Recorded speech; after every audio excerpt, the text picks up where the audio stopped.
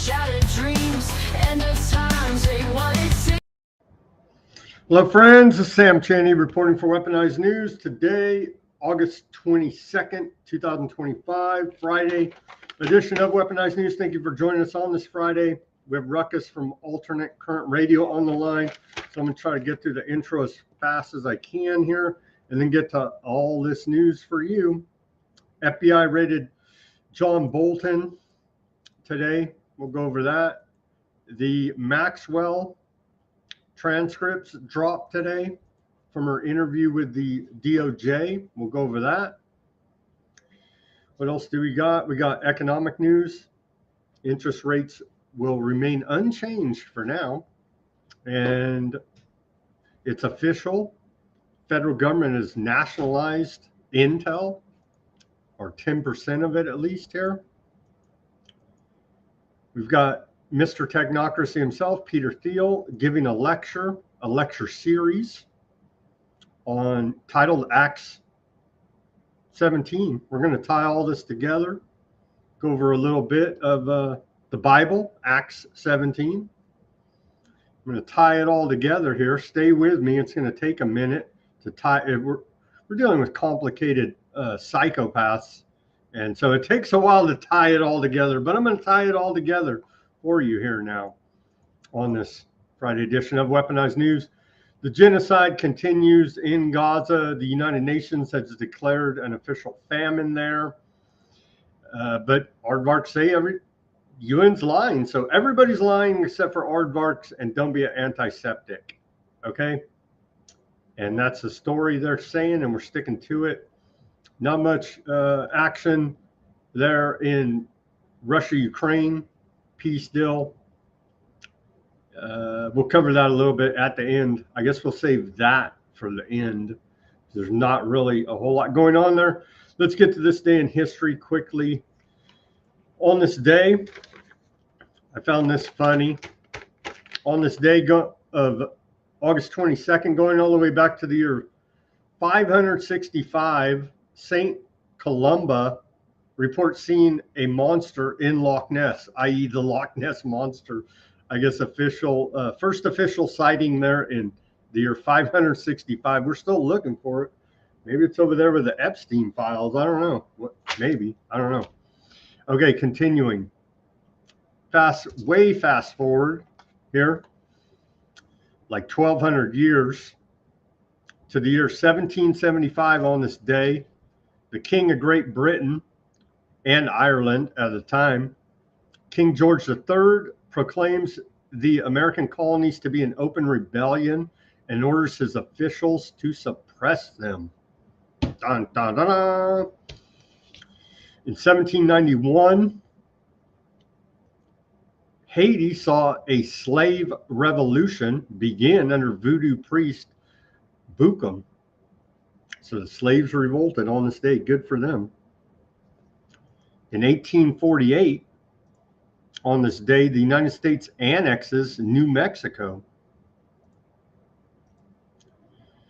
Fast forwarding here, in the year 1901, Cadillac Motor Company is founded. And then the next year, 1902, then President Theodore Roosevelt becomes the first president to ride an electric vehicle, as we like to call it, a battery-powered vehicle.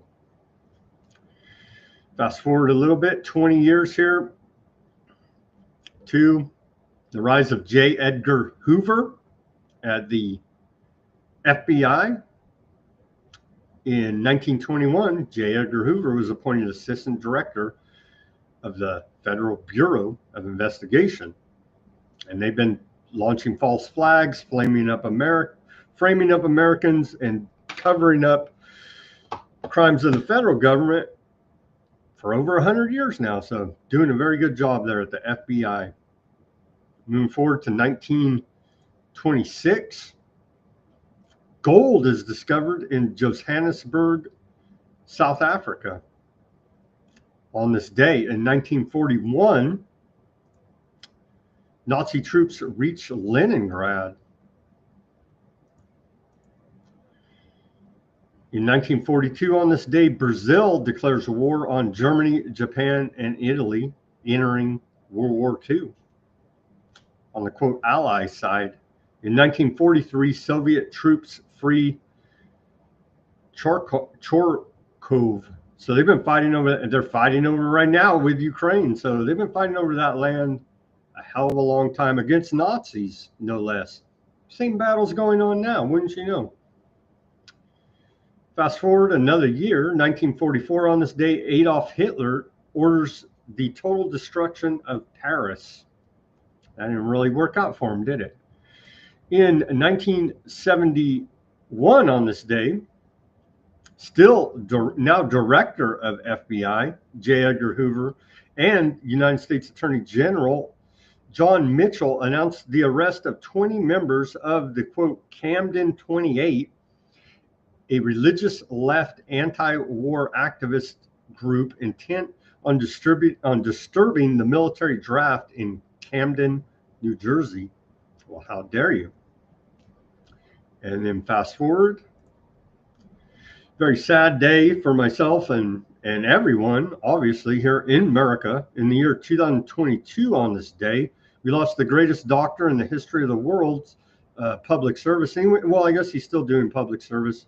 But Dr. Anthony Fauci announced he will step down as chief medical advisor to the United States president and as director of the National Institute of Allergy and Infectious Disease, NIH there. So very sad day for public health there.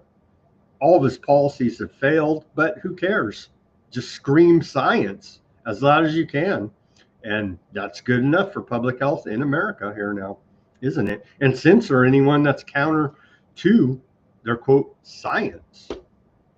Continuing on this day in our civil liberties, we had, where do we start here? There's a few, trying to get through this as fast as I can. I found this interesting. Jacobs Abrams and his left-wing colleagues on this day distributed 2 leaflets denouncing the sending of U.S. troops to Russia to assist the, quote, anti-Bolshevik revolution.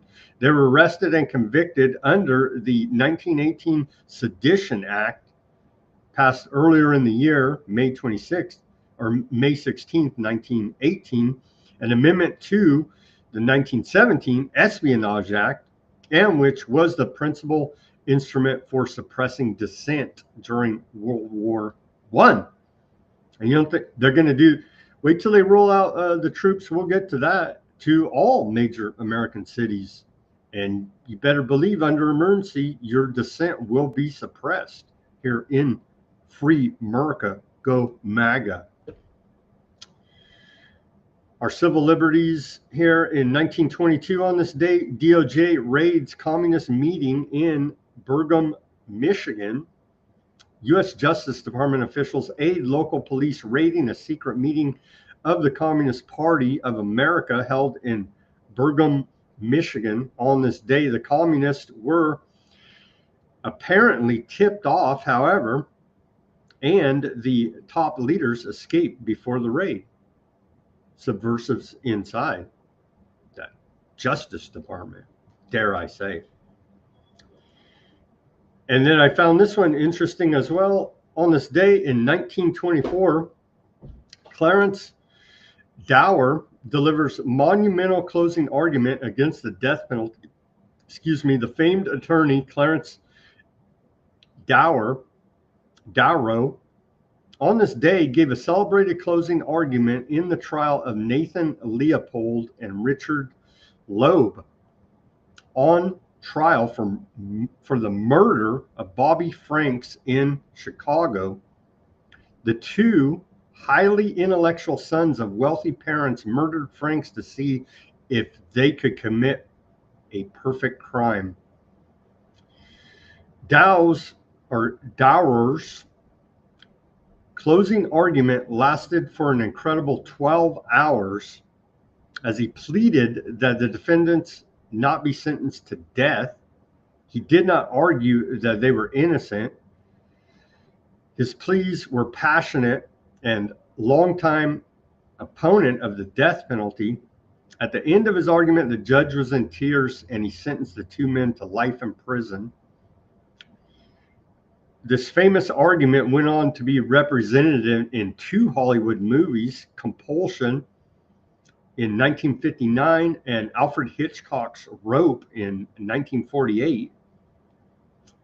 So pretty famous there, going back into history. This is a direct quote from Darrow, I guess is how you pronounce it. Darrow, Clarence Darrow. He said, "I have heard in the last 6 weeks nothing but the cry for blood. I have heard from the office of the state's attorney general only ugly hate. I have heard precedents quoted which would be a disgrace to a savage race. I have seen a court urged almost to the point of threats to hang two boys in the face of science, in the face of philosophy, in the face of humanity, in the face of experience, in the face of all the better and more humane thought of the age." And who famously starred here? Orson Welles famously starred representing Darrow in the film Compulsion. So there you go. Here's our segue to Ruckus and the news. And notice the idol here. Notice the idol. And so we're back to idol worship. It's going to tie into Acts 17 and Peter Thiel later in the show. But here's Trump today at the White House being presented the FIFA World Cup trophy. And by the way, nobody in America, except for the legals that Trump doesn't like soccer. Sorry to tell you there, Trump, but they continue to try to popularize soccer, or quote, football, as it's known in the rest of the world, here in America. And it just doesn't take, because all the fans are being deported by Trump. That's why we brought as well this, which is the winner's trophy. It is the trophy that the winner of the FIFA World Cup wins. Only the FIFA president, presidents of countries, and then those who win can touch it, because it's for winners only. And since you are a winner, of course you can as well touch it. It's pretty heavy. Yeah. It's the winner trophy. The last one who lifted that is Lionel Messi of Argentina. And here it is in the Oval Office in the White House. Can I keep it? For you. Well, you can keep it. We're not keeping it. That's serious. It fits well. It goes very well on the wall right over there. We'll put it right below the angels. It fits well here. That's beautiful. Yeah. You can keep it until we have to give it to the next winner. That's fine. That's a beautiful piece of gold, I will say. That's beautiful. Yeah. You catch what Trump said there? He said, "We'll put it right beneath the angels." There. How you doing, Ruckus, on this Friday? Pretty good. That's nice that the guy thinks that Trump is a wiener. I think Trump is a wiener too, to be honest with you. I ain't gonna lie. Oh, he means winner. He's just got that. He doesn't mean wiener. Okay. It's hard to tell because that statue, it kind of looked like a wiener. Plus the way Trump was fondling it and stroking it. I don't know, man, what was going on there. But what is the obsession with people appearing to the great golden god Trump and gifting him these golden idols? I don't know. Hey, that might tie into some stuff today. But we'll see. Act 17. Act 17. Act 17. Wow. Yep. Good stuff. Good stuff. Congratulations, Trump. No, you don't get to keep it. Only the biggest wieners get to keep it. And we all know you have small hands. Wow. Okay. Here's propaganda from, they're rolling out martial law. It's America First, MAGA. Are you pro-crime? Call me. Here's propaganda from the U.S. Department of the Interior. And notice the phallic symbol of the Washington Monument spotted here a few times. They love to show off that piece of Freemasonry American history. Let's play this short clip of propaganda from the Department of Interior, U.S. federal government.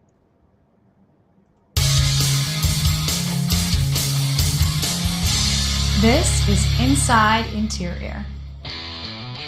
This week, Interior made major moves to strengthen America's energy future, protect taxpayer interests, and keep our nation's capital city safe. In line with President Donald Trump's directive to make Washington, D.C. safe again, the department unveiled new action to enforce law and order. The revised policies allow park police officers to once again pursue fleeing criminals, enforce a no-tolerance policy for homeless encampments, and ensure prosecution to the fullest extent for damage to federal property. Another directive enforces a zero-tolerance policy for soliciting for goods and sleeping on park grounds. President Trump and this administration are committed to ensuring that our law enforcement officers have the tools they need to keep DC's federal lands clean, safe, and welcoming for everyone. The Department of the Interior also rolled out a long-term schedule for at least 30 offshore oil and gas lease sales in the Gulf of America and Alaska's Cook Inlet, all part of the One Big Beautiful Bill Act. By committing to a clear and bolstered schedule, we're delivering on President Trump's promise to boost American energy production and support jobs, power homes, and strengthen our economy. We're also modernizing how oil and gas operations are regulated. The Bureau of Safety and Environmental Enforcement, along with the Bureau of Land Management, is updating commingling rules to align with the One Big Beautiful Bill Act and cut red tape around our oil industry. It's a win for American producers, taxpayers, tribes, and for American energy dominance. That's it for this edition of Inside Interior. They're making DC safe for everybody except for, I guess, if you're homeless. I still haven't seen what they're doing with the homeless that they've cleared out. Interesting going into that story after the previous one, because Washington, now there was a president with a huge wiener statue erected in his honor. Yeah, that's what that was, ladies and germs, in case you didn't know. Whoa. I don't know. That one, the lady herself, who was that? I don't recognize her from the lineup. Probably because she must have not come from Fox News or the mainstream media like all the rest of them in the cabinet, right? I don't recognize. Did they even give her? They didn't even name her in the video, I don't think. She seemed like an intern or something. That was like, I think they gave the interns a shot. So shout out to that. But the whole production value, as you know, is expected coming from the current administration, was top notch with the music and the lighting and everything. But she seemed like a B actress. She seemed like she wasn't quite ready for prime time, Sam. You know what I'm saying? It just felt that way. Nothing against her. It's okay. Keep trying. You'll get there. You'll eventually. be a good government propagandist when you grow up. Okay, you could be a clown influencer on the interwebs as well someday.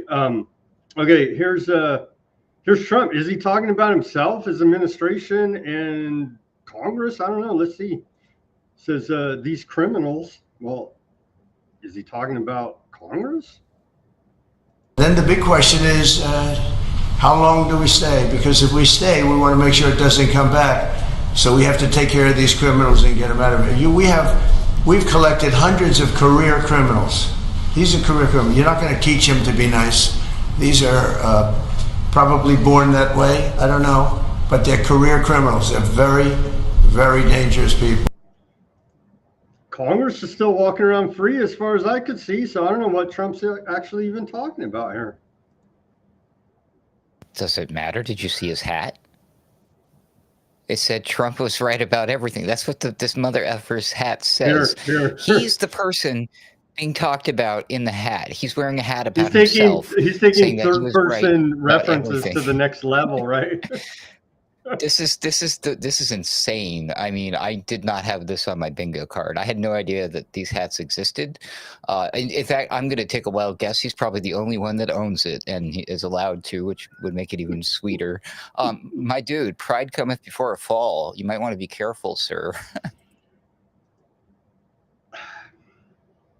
Judge Janine, the Fox News lady, she's bragging about the crackdown there. 40 arrests, 5 guns off the streets of DC.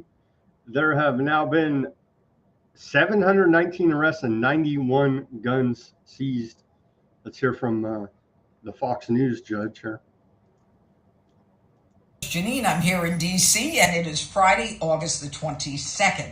Last night, 40 criminal arrests, 5 guns seized as part of the surge of President Trump's attempt to make D.C. safe and beautiful. And it brings us to a total of 719 arrests since the president decided that he was going to bring in all of our federal partners to work with the Metropolitan PD. And it brings us up to 91 guns that have been taken off the street, with the additional 5 from last night. 91 guns that cannot be used now to shoot or harm other people. The best part about all this is when you talk to the people who live in D.C., they're comfortable going to dinner, they're comfortable going for a stroll. The show of force by President Trump is making the quality of life better for the people in the district. See, everybody loves the police state, Ruckus. I don't know why anybody would even be concerned.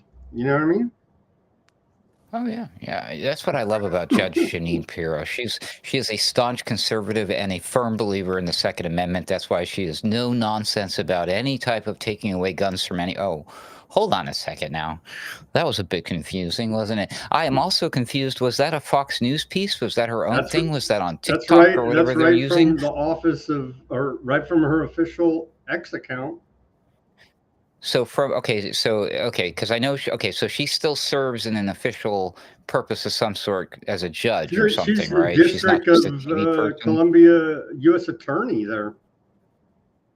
Oh, was that a new? Did she get promoted under Trump? Did I miss something? I can't even tell. I can't tell the propaganda and Fox News and the White House apart anymore. They're all the same. She's official criminal in the government again. So yeah. Well, then in that case, where was the America music and the overhead shot and the FBI agents dropping down? Yeah, she got the short end of the stick. That's just her little vlog on the police state there. How wonderful! Everybody loves it. It's probably AI. Maybe. That was AI. Maybe, for all we know. Nowadays, it's getting hard to tell. But hey, back to blue here, of course. So there you go. From the White House, back to blue. Of course, you have to back the order followers that are going to enforce your police state. Here's Trump today floating the idea that they're going to roll out martial law to Chicago and New York next. And so let's hear from Trump about that. With his Trump was right about everything, except for all of the lies that he's told. But never mind that. I really am honored that the National Guard has done such an incredible job working with the police. And we haven't had to bring in the regular military, which we're willing to do. We have to. And after we do this, we'll go to another location and we'll make it safe also. We're going to make our country very safe. We're going to make our cities very, very safe. Chicago's a mess. You have an incompetent mayor, grossly incompetent. And we'll straighten that one out probably next. That'll be our next one after this. And it won't even be tough. And the people in Chicago, Mr. Vice President, are screaming for us to come. They're wearing red hats, just like this one. But they're wearing red hats.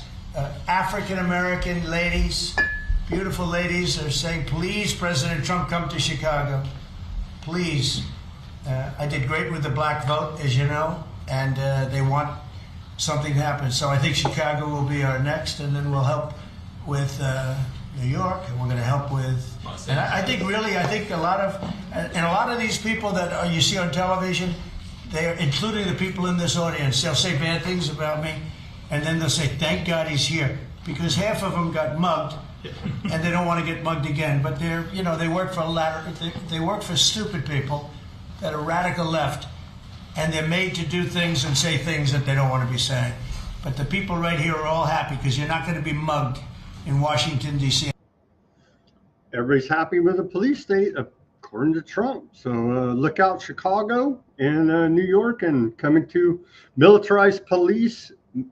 Hell, the military, maybe. We're almost there. We're National Guard, full-on federalization of local police forces.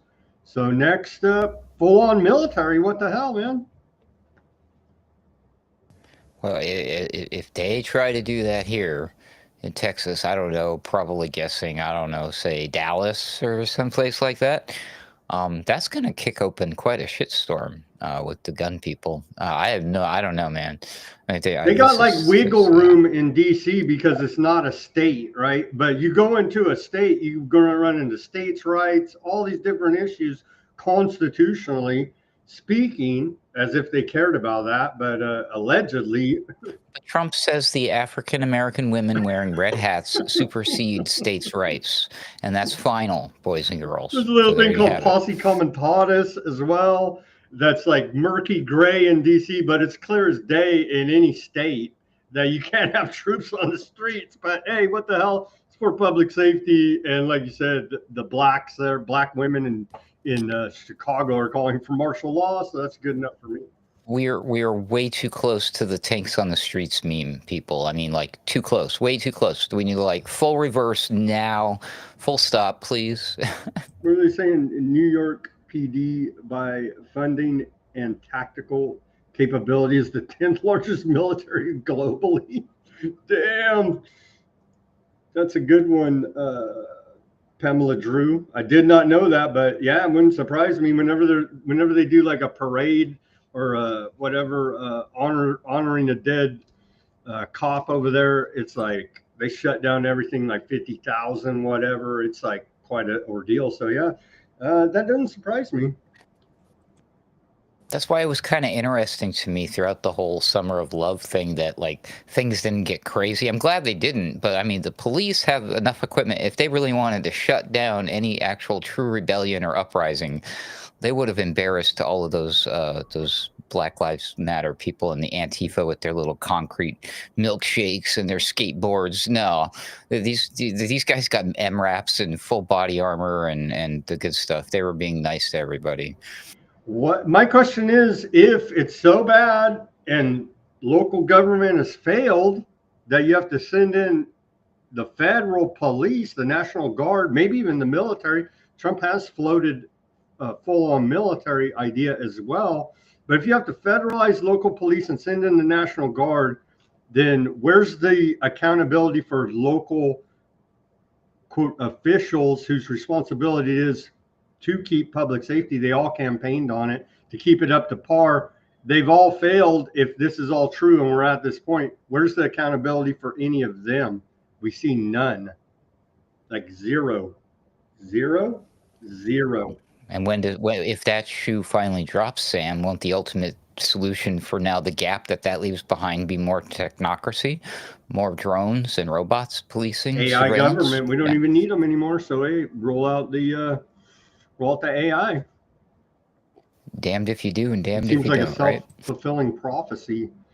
More about the border wall here being painted black. I think we have some Trump's cracking jokes here. Let's and still with his idol worship there today. I want to thank Christy for another reason. I said to her 2 weeks ago, I said, Christy, do me a favor. I built hundreds of miles of wall. I built the same wall that the Border Patrol asked me to build.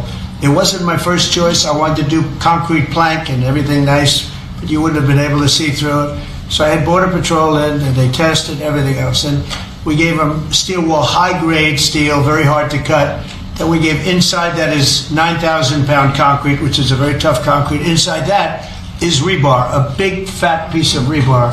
So you have all different materials that are very hard to cut, and you need different instruments to cut each one. And I said, Kristen, we got to get a coat of paint on it.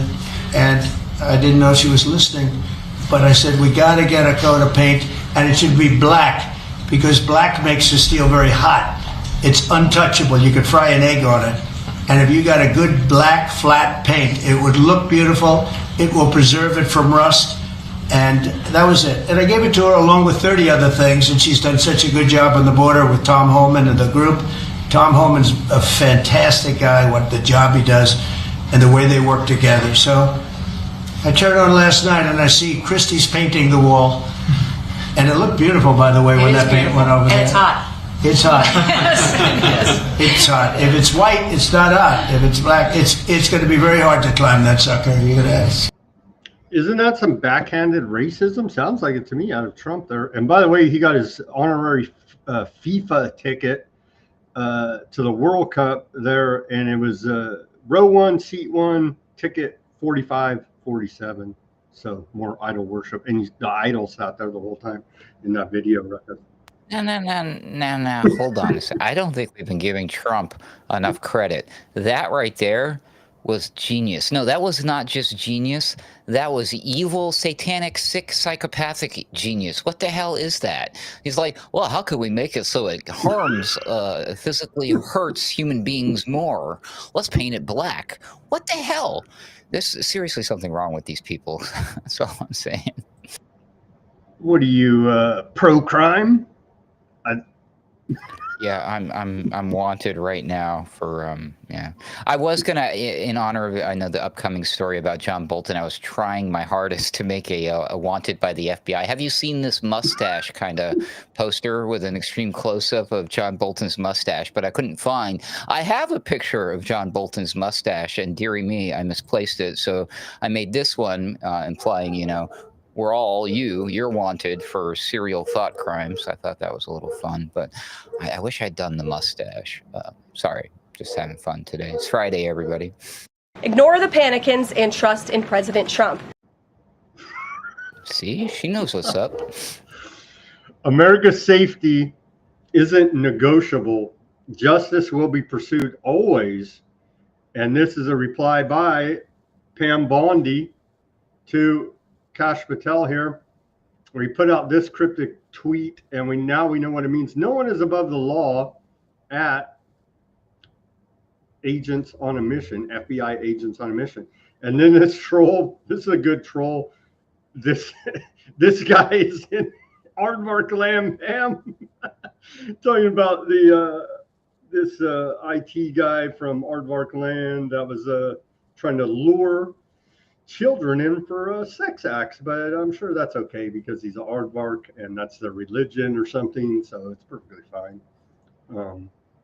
That story that's interesting. That story was starting to get a lot of traction, and everybody passing it around and talking about it. And next thing you know, everybody's pissed off about Cracker Barrel changing their logo. And I'm like, oh, I get it. Look over there. Look over there. The current thing. Kash Patel ordered Bolton FBI raid on, they mistitled the headline here at the Daily Beast, on Epstein file release day. It's not Epstein file release day, it's Maxwell transcript release day, to be more accurate, for the Daily Beast. But I do get the headline. Not a fan of the Daily Beast, but I do like the little meme they put up here. Check out Kash Patel.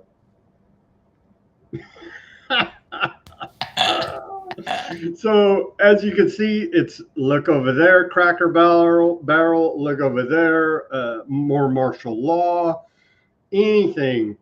Let's raid Bolton. What the hell? You know what I mean? Anything, but we'll get to the Epstein or Maxwell. That explains why Patel's eyes look like that now. I've always wondered.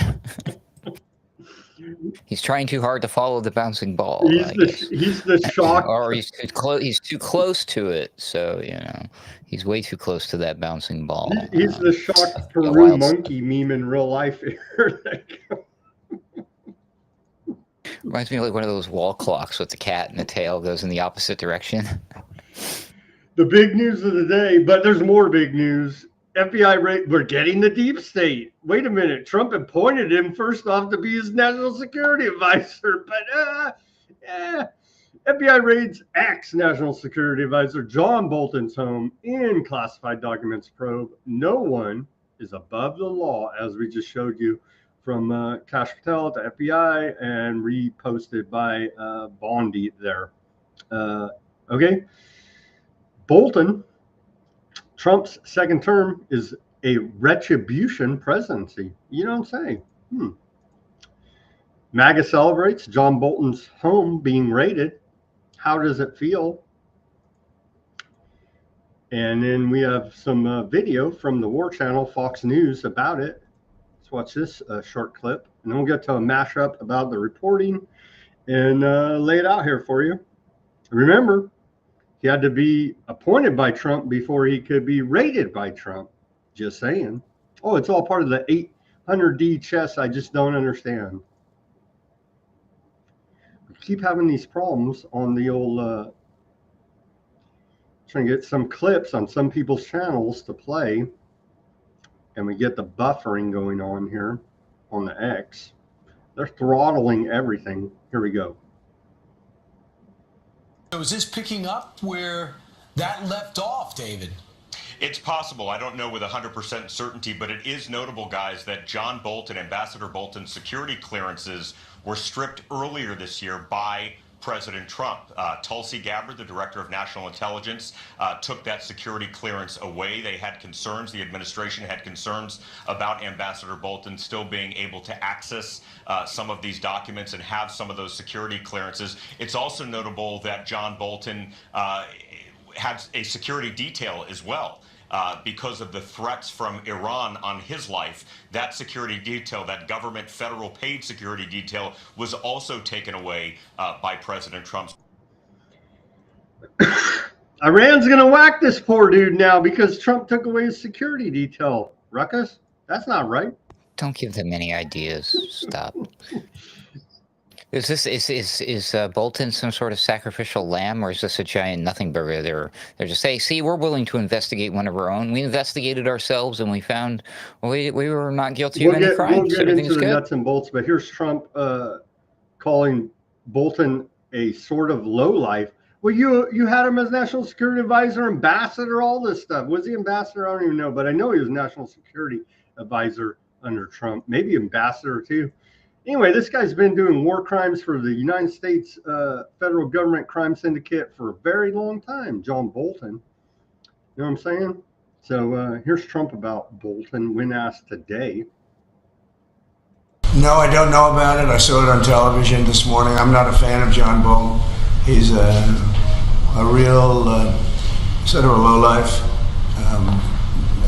When I hired him, he served a good purpose because, as you know, he was one of the people that forced Bush to do the ridiculous bombings in the Middle East. Bolton, he wants to always kill people, and he's very bad at what he does. But he worked out great for me because every time he doesn't talk, he's like a very quiet person, except on television. If he could say something bad about Trump, he'll always do that. But he really doesn't talk. He's quiet, and I'd walk into a room with him with a foreign country. He did it there. Is that a triple entendre there? Because he talked about himself in the third person and he's wearing the hat referencing himself in the third person. I've never seen such a thing here. Ruckus, as what we just saw from Trump there. Is that a triple entendre in the third person? Like, what is going on here? Maybe they replaced him already, and that's the deep fake Trump, the guy in the rubber mask Trump. That's why he's wearing such a weird large hat. He does look a little bit younger with that new hat on. I don't know. He called him scumbag or something else in another clip. We're not even going to play it, but you appointed him. Okay, all these stories, I matched it up into the AI. Let me give you the nitty gritty. Today, August 22nd, 2025, the FBI conducted a court-authorized raid on the Bethesda, Maryland home of John Bolton, the former U.S. National Security Advisor under Trump. He lasted in that role from April 2018 to September 2019. The operation, which began around 7 a.m. this morning, involved agents sealing off streets, carrying boxes into the premise, and searching for evidence related to the alleged mishandling or leaking of classified information.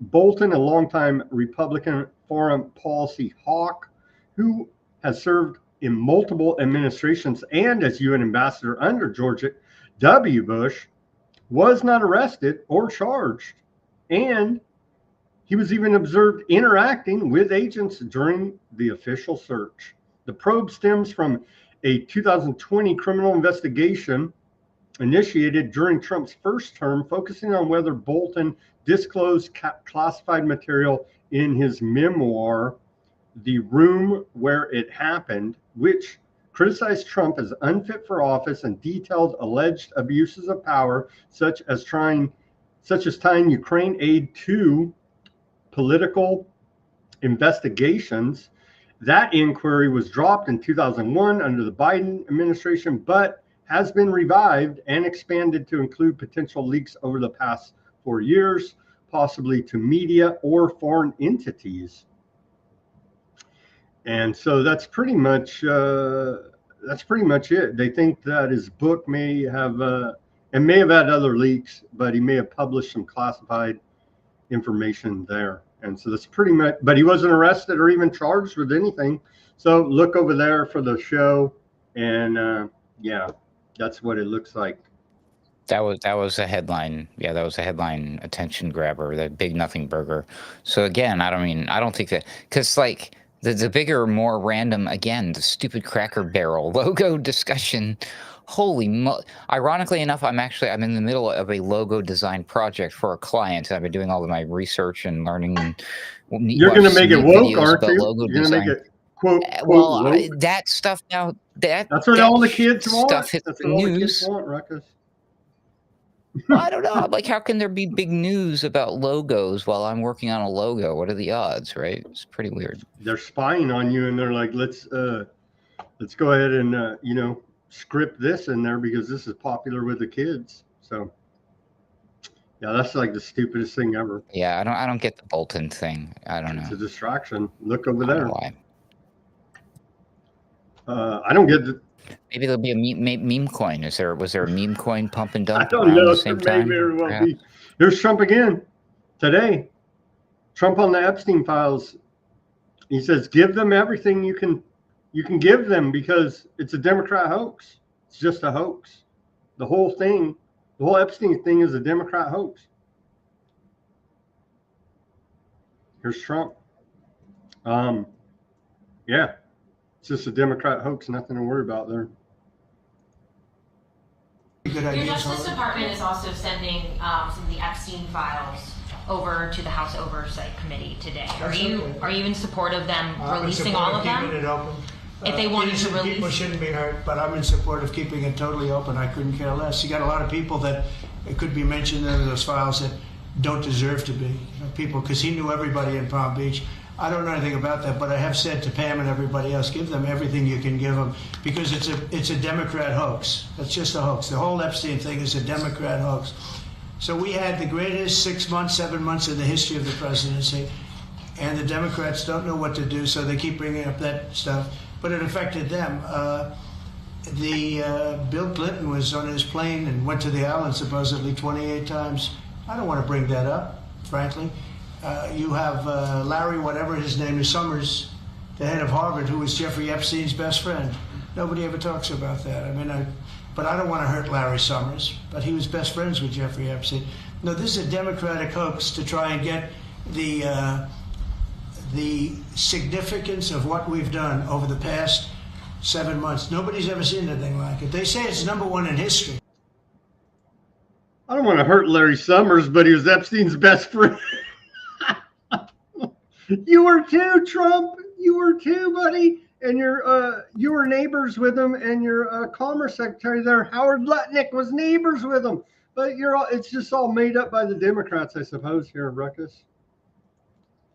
I thought everybody knew that. I mean, this is Trump is so smart. I mean, Jesus crackers. I mean, like, nobody else can figure it out, but he figured it out. He figured it out that this, the only reason that they're bringing this stuff up is not because we want justice and that we want to see the files. That has nothing to do with it whatsoever. The Democrats, who suck so badly, they got lucky this time, and they came up with such an insanely clever reverse psychology trick and got all those well-meaning conservatives that never, ever before in the history of conservative politics ever fell for one of these stupid. They got them. They got him this time. So, but Trump figured it out. He's onto their shit. So the Democrats got smart, but Trump got even smarter. Man, I love politics. This is all making me sick, and I'm being extremely sarcastic, people.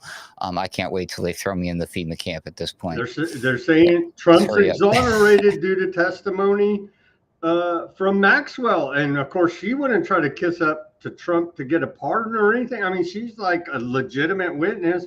She's a international spy, contraband trafficker, human trafficker. You name the crime, she'll do it.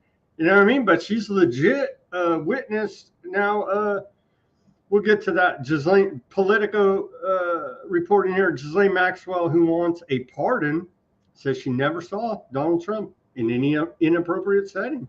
It's good enough for me. I mean, from a from an international spy, as I just explained. I mean, and MAGA, I saw a bunch of these clown fluencers saying, well, this exonerates Trump then. I'm like, well, yeah, her words like gospel. So what the?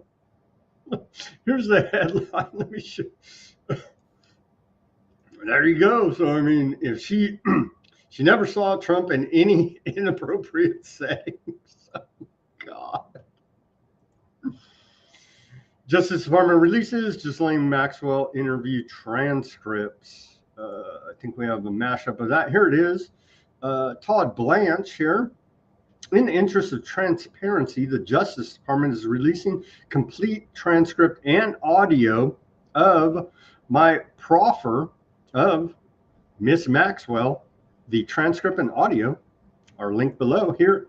Well, let's show it in the interest of putting all this on video for the record. There's the attorney man from the DOJ.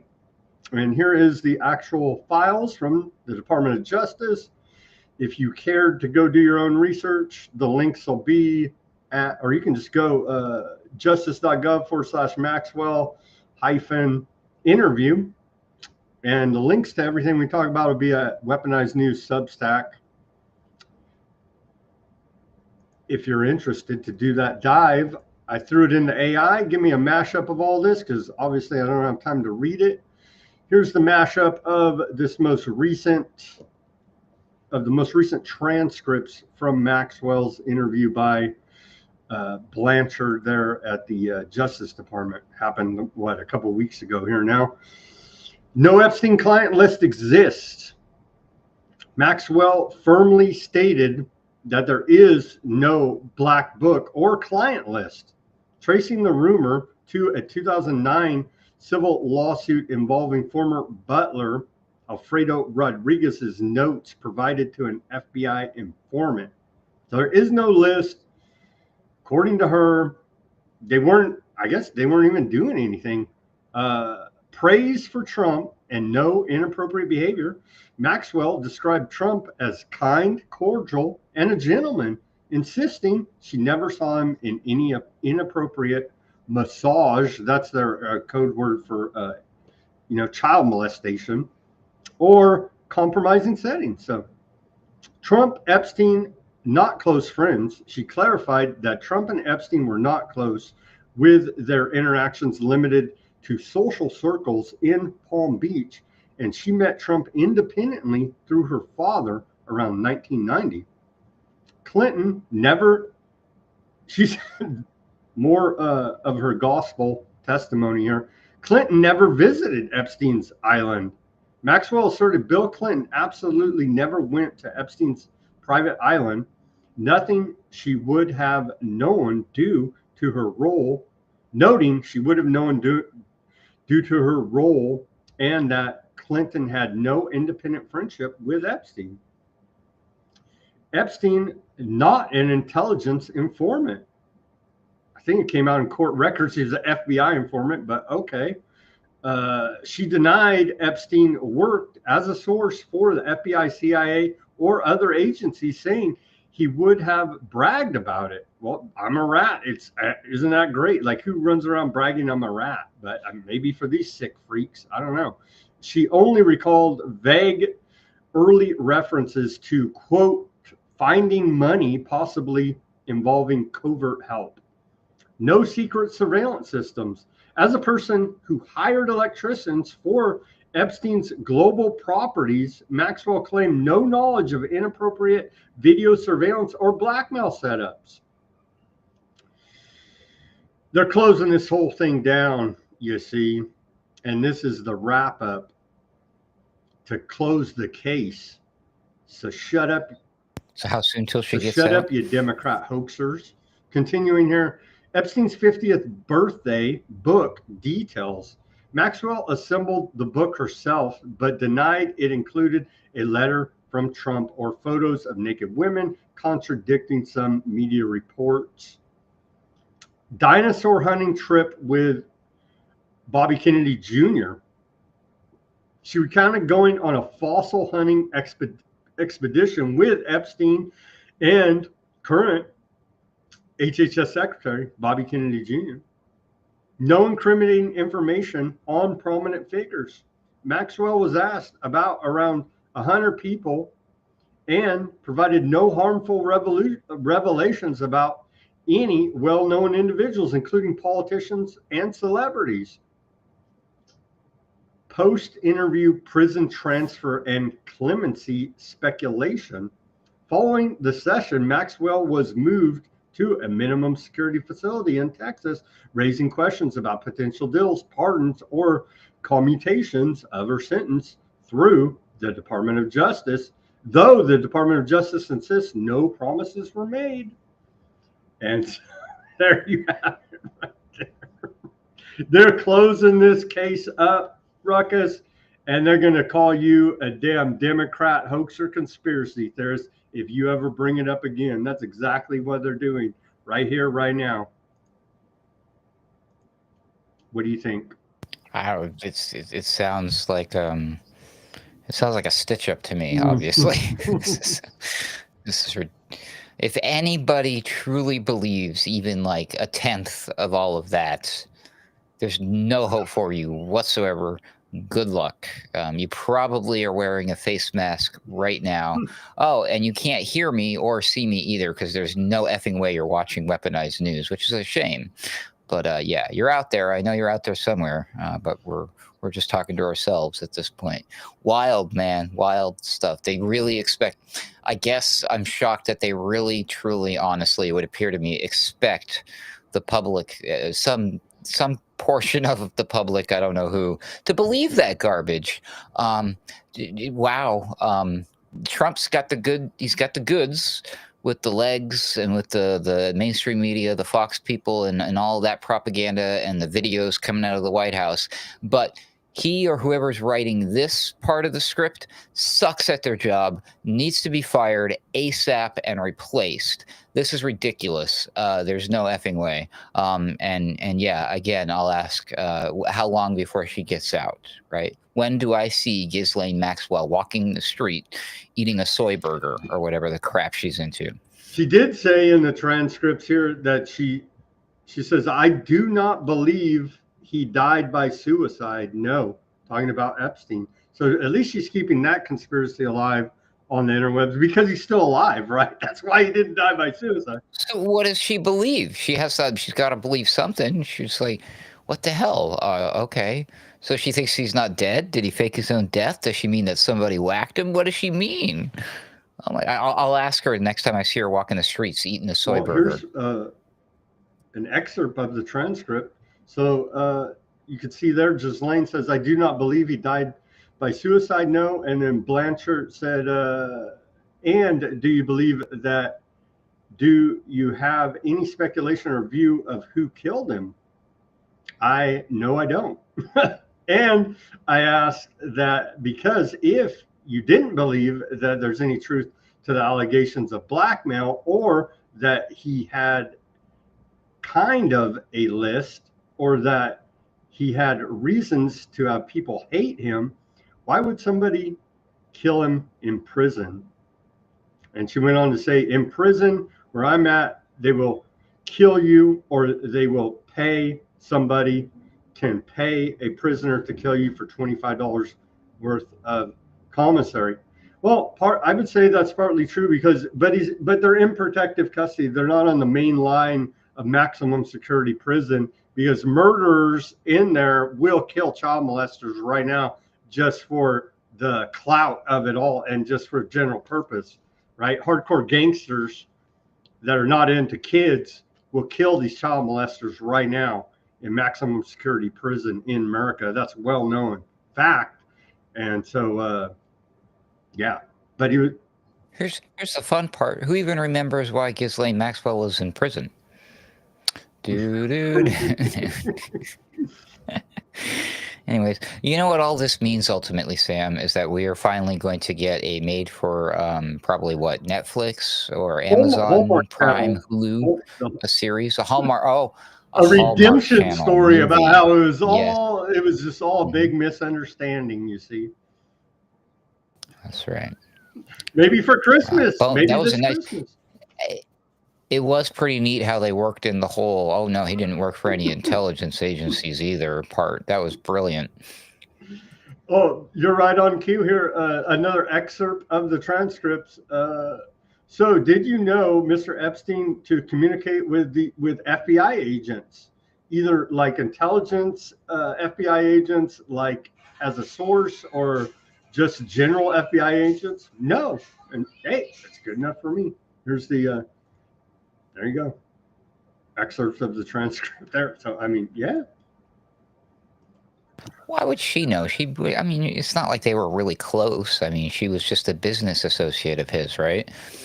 I mean, she was the one handling the important stuff, like ordering the electrician for the house on the secretive island where rich and famous people went. And she apparently would know enough about whether or not there were nudie pictures inside of a special book that was just for him and nobody else. But other than that, I mean, they weren't really tight. So, I mean, how the hell would she know if he was an FBI informant? I think that's the type of secret he could probably keep from her, Sam. Obviously, and the FBI has said case closed. There's no files, no nothing. They got nothing, no evidence in all the raids that they've done of his New Mexico ranch, of his island, of his New York mansion. All this, no evidence whatsoever of any wrongdoings, according to Cash Patel over there. Well, that's not true. I heard reports that inside the bathrooms at the Zorro Ranch, the toilet paper on the roll was put backwards. It's supposed to go in front, not in the back. Everybody knows this. Jimmer says she recruited the girls. I thought, yeah, well, yeah, and was in on the massages as well. But I guess it was all just for Jeffrey, right? He was a greedy boy. Here you right? go with the, she's probably going to get the pardon or commutation of her sentence. Just like Maxwell says, she admires Trump's extraordinary achievement in becoming the president now. And Trump has. Oh, she's going to get free, and he's going to put her on the administration. He's going to make her the next press secretary or something. Ambassador, maybe. I don't know.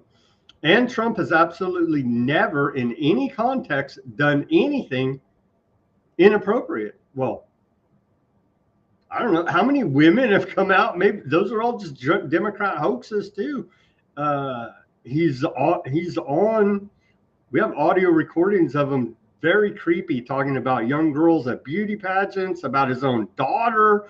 But I guess all that's just made up by Democrats. Again, here's the excerpt of the transcript there, and yeah, absolutely never in any context done anything wrong.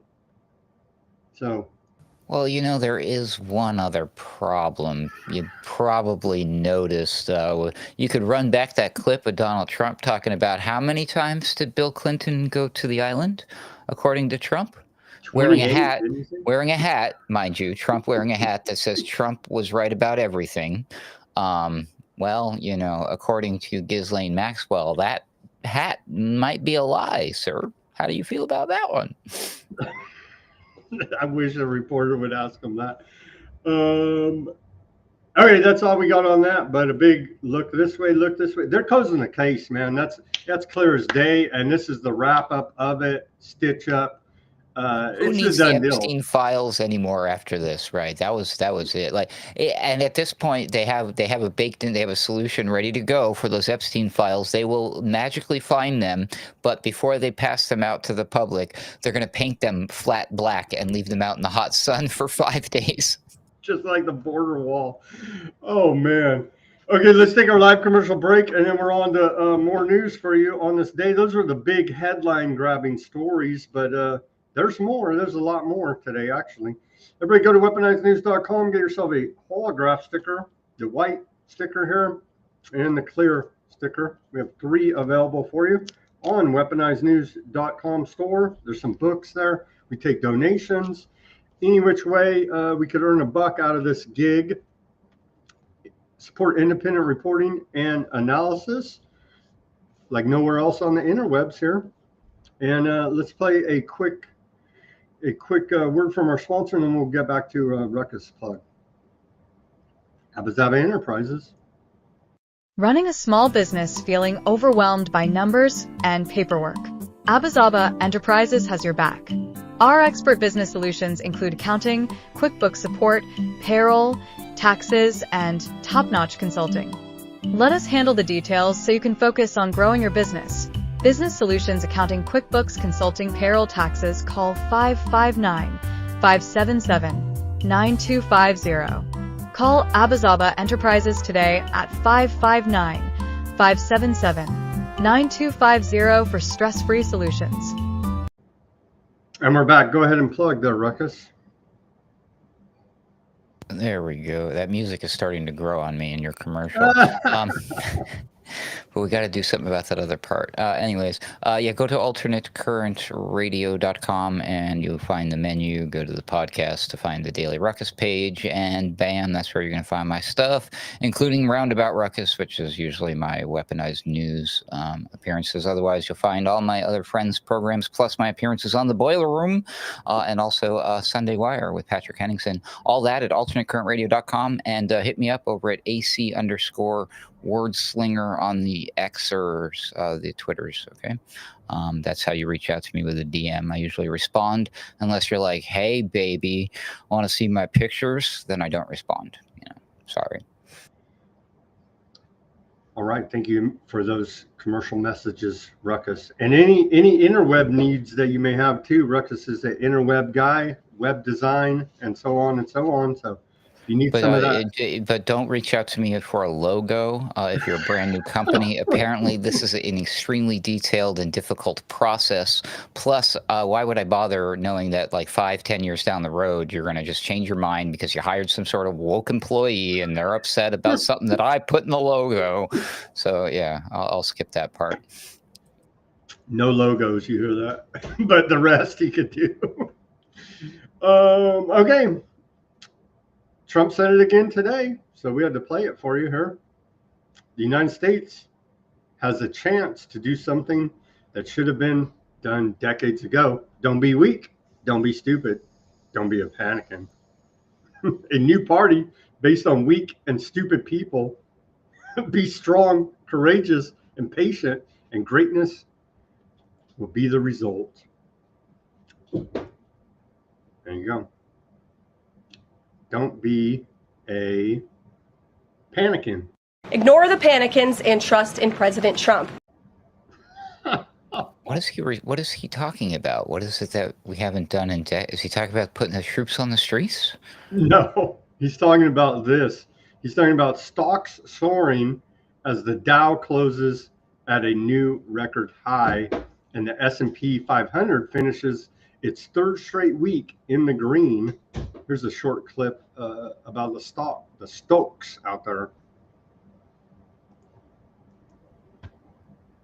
Many of which, side note, before we play that, many of which are managed by portfolios managed by BlackRock CEO Larry Fink, now co-chair of the World Economic Forum, implementing the Great Reset. But don't be a panic, and everything's wonderful here now, isn't it?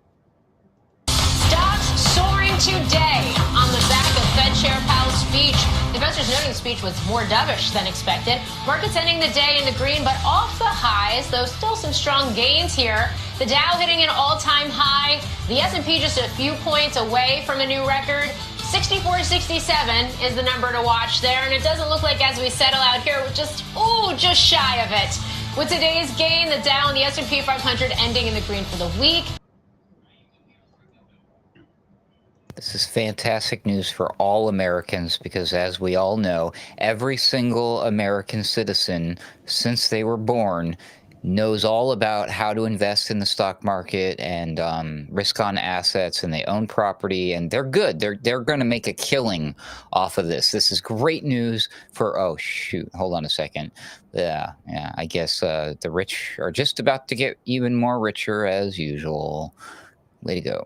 Trump was right about everything. Ramen, maybe. The next time we see him wearing that hat, it's going to have gold embossed stitching, bro. Yeah. So today at the big annual Jackson Hole summit there for the International Banking Crime Syndicate, the chairman of the Federal Reserve, Powell, indicates conditions may warrant interest rate cuts as the Fed proceeds carefully. And you could see how it was perceived by the markets in that last report. They went up to the moon, as the kids say. And so basically nothing happened, but hinting at possible rate cuts in the short term, as they say. So, yeah, that happened. Oh, it definitely affected the crypto markets. I mean, I know they'll talk about the stock markets in the news, but if you're into crypto, you were probably like, you might even been watching the chart when it happened. It's like somebody injected multiple Viagra pills into the and it just like literally straight up on a lot of these charts. Ethereum, bam, like 15% in like an hour. It was pretty wild to watch. It was nuts. So I guess the bull run's back on. But again, I mean, the power, I mean, they were at Jackson Hole, but they were all there for Powell's pie hole because the words that come out of Powell's mouth do this type of thing, in particular to risk-on assets such as cryptocurrencies and certain stocks. But we are all, just before that happened, Sam Altman was running around suggesting that the AI bubble is about to burst and that people are too heavily invested in AI and they're going to be sorely disappointed soon. I don't know. Jury's out on that one with me. You're good. You're doing good on unscripted segues today, because that's a segue to Intel. It's like my secret power, Sam. Come on, we all get that by now. That's a segue to Intel. Now it's official. I've been reporting on it, but now it's official. The United States owns 10% of Intel. Some would call it socialism. I don't know, but we call it America First, America Great, MAGA, MAHA, all the other bullshit propaganda they feed you. It's called nationalization of a private company. But yeah, it's official now. America, are we going to get issued, dividend checks? I don't think so, but because it's common stock. But yeah, now we're going to get a cool TikTok video from the White House in a collaboration with Intel, and it's going to be like a really cool, dramatic, like we're so back, baby, America thing, and the camera's going to pan out, and you're going to see the entire continent of the United States of America, and then it's going to come around and it's got Intel inside. Ding, ding, ding. It's going to do the little noise and everything. There you go. We're all billionaires now. Get a poo box, they say in the chat over there. But here's Howard Lutnick. P.O. box. Oh, get a P.O. box. She said, oh, sorry about that, Pamela. I thought you said get a poo box. I was like, yeah, because this is poop, man. So it's called nationalization, but they spin it and they won't say this is flat out socialism, which it is, inching toward flat out fascism. But yeah, here we go. This historic agreement strengthens U.S. leadership in semiconductors, which will grow our economy and help secure America's technological edge from Epstein's longtime neighbor there, Howard Lutnick. That I guess that was a Democrat hoax as well. Yeah, so. Okay, that's an AI picture. Is it? Yeah. Look at the way they're posed. I don't know. It's posted by Lutnick on his official X account. You think he's using AI? Either that, or he got himself a decent photographer that actually told him how to do. That's a good picture. That is too good of a picture for this level of propaganda for these type of people. They're billionaires, though, dude. I mean, and we've been commenting how high a production value their propaganda videos are. So why not? It translates to photographs as well. Okay, I was counting their fingers. It appears to be legit. It is a very nice. But then again, Grok. Here's how you check real quick. Hot tip, everybody: if the picture that the person is posting, especially on their dating profile, has two little letters in the right-hand corner that say AI, it's probably fake. There you go.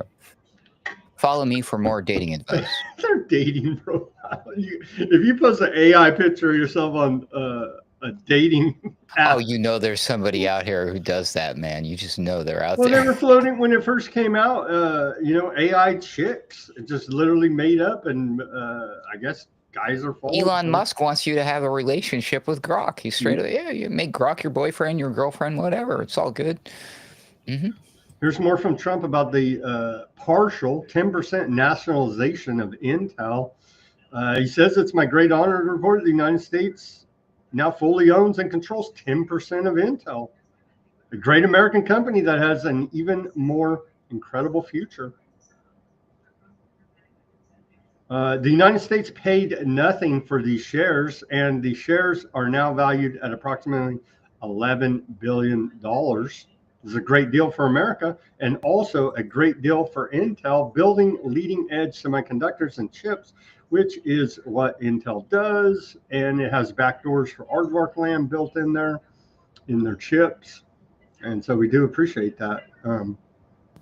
Why would a company give their stock away for free to America? I don't get it. Is there some sort of strange conflict of interest here going on that I'm not grasping or something?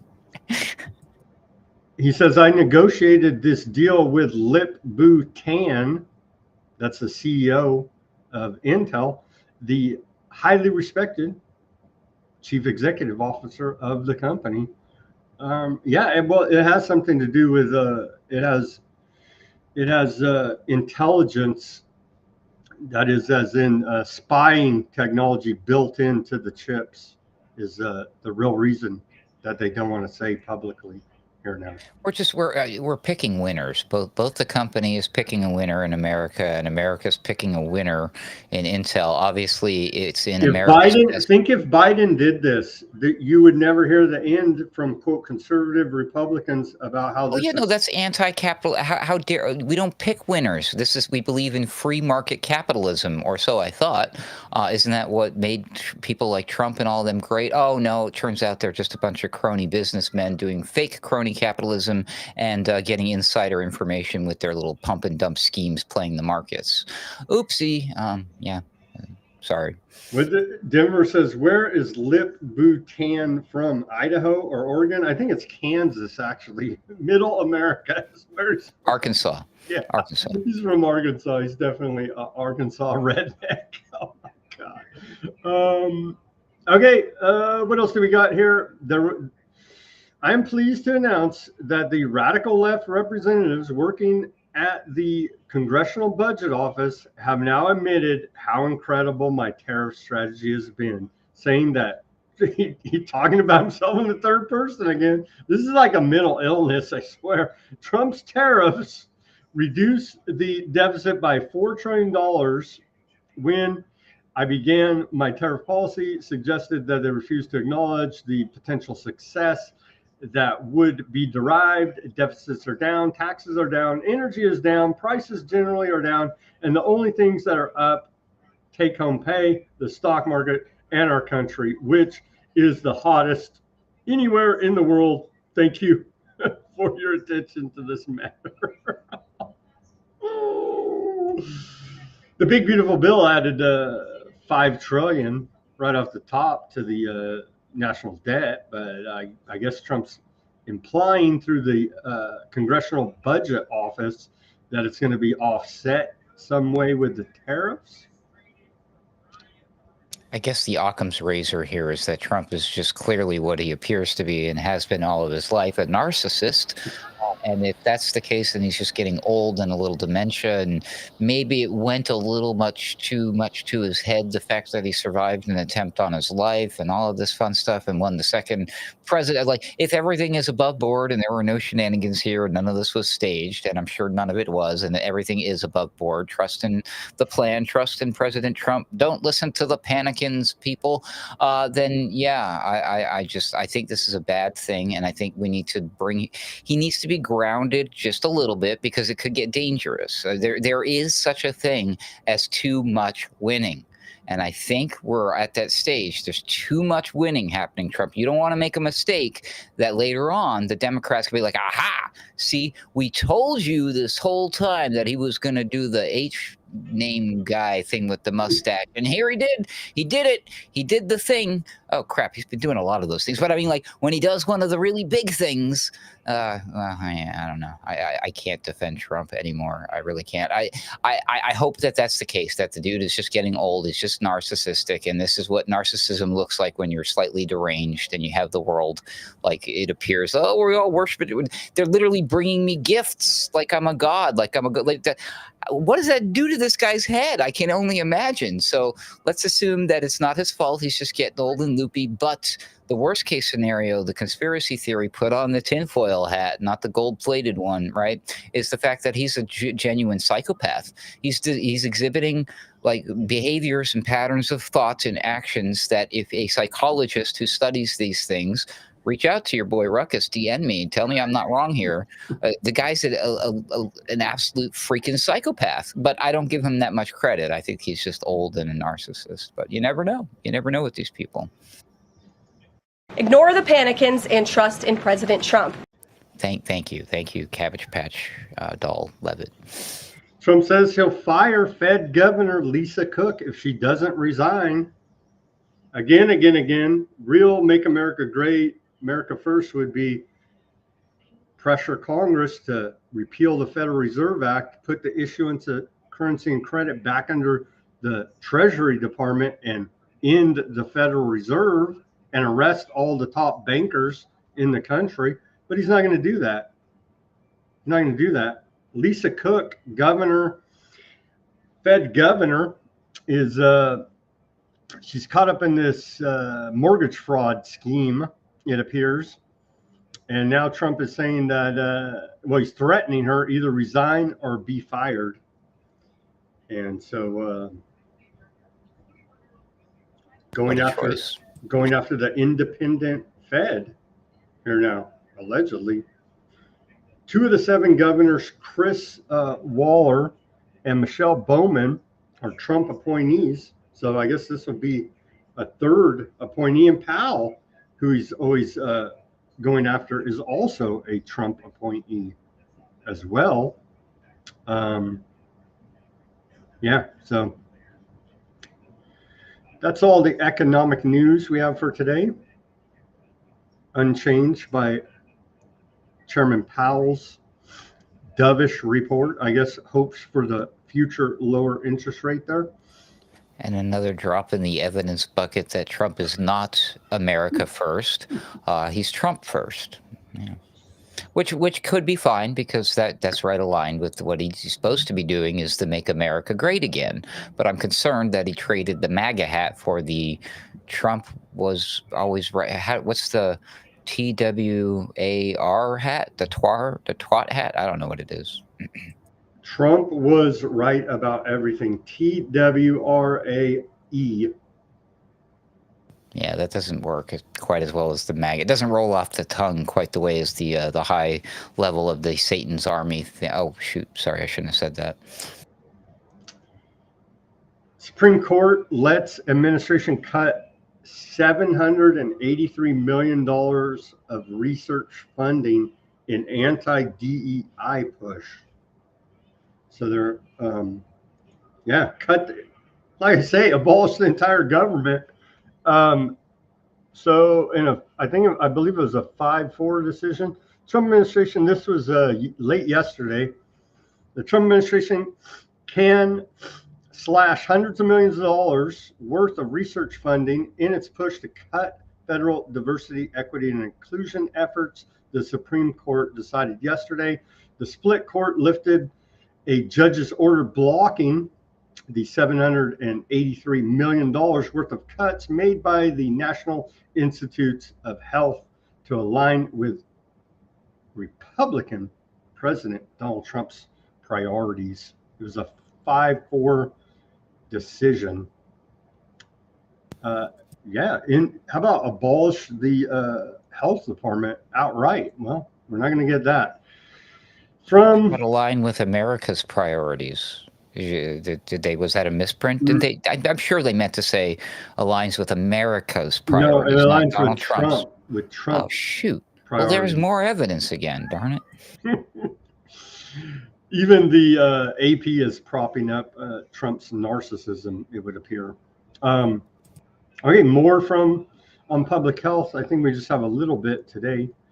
The new Fauci, Bhattacharya, head of NIH, he put this post out. Today, NIH has released its implementation plan for incorporating gold standard science into everything we do. The plan incorporates the 9 tenets of gold standard science adopted by the US government and aligns with HHS's framework for achieving these principles.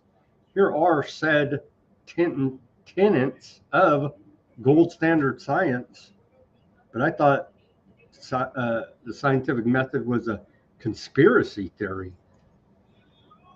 Reproducible, transparent, communicative of error and uncertainty, collaborative and interdisciplinary, skeptical of its findings and assumptions, structured or falsibly of hypothesis or feasibility, falsibility of hypothesis, subject to unbiased peer review, accepting of negative results as positive outcomes without conflicts of interest.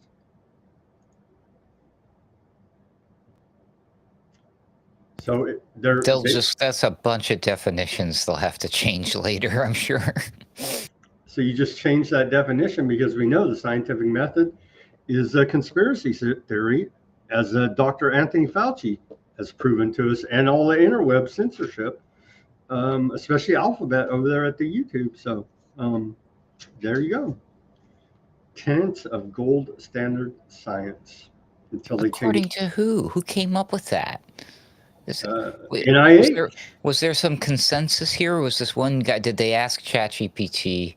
I Did bet they you ask they Trump? used ChatGPT. It's according to NIH. These are the brightest minds in America, Ruckus. Come up with this.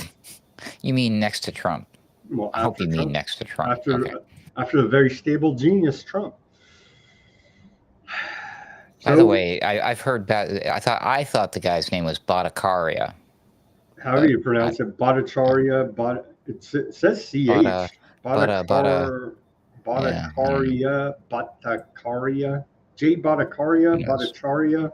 How do you pronounce it? He's the new Fauci, and there's a new science in town, so we'll have to hold them to their word. We'll just call him Dr. J. Here you go. Okay, lead into now the Peter Thiel lecture, but first, let's take a look, and we'll have this guy on as a guest next week, I believe Wednesday. Jason Bassler. Peter Thiel? No, Jason Bassler, a big I'm just kidding. Co-founder of the Free Thought Project and big police state critic, you could say, on the interwebs here. He says 5 ways data centers are dystopian in real life. Backbone of surveillance, drain water in drought zones, burn 1 to 2% of global electricity, built on farmland in poor areas controlled by mega corporations. Data centers are invading America. 450 have been built this year alone, often on farmland in poor regions. They bring massive energy draws, water consumption, and fortify the surveillance nexus. This isn't just surveillance, it's a land grab by big tech sold as innovation. Maybe old Sam Altman was on to something. And then, a couple more from Palantir CEO Alex Karp. He says we should immediately have a law that all technologies produced in the U.S. will be available to the U.S. government. Alex Karp quote there. Palantir is global surveillance architecture.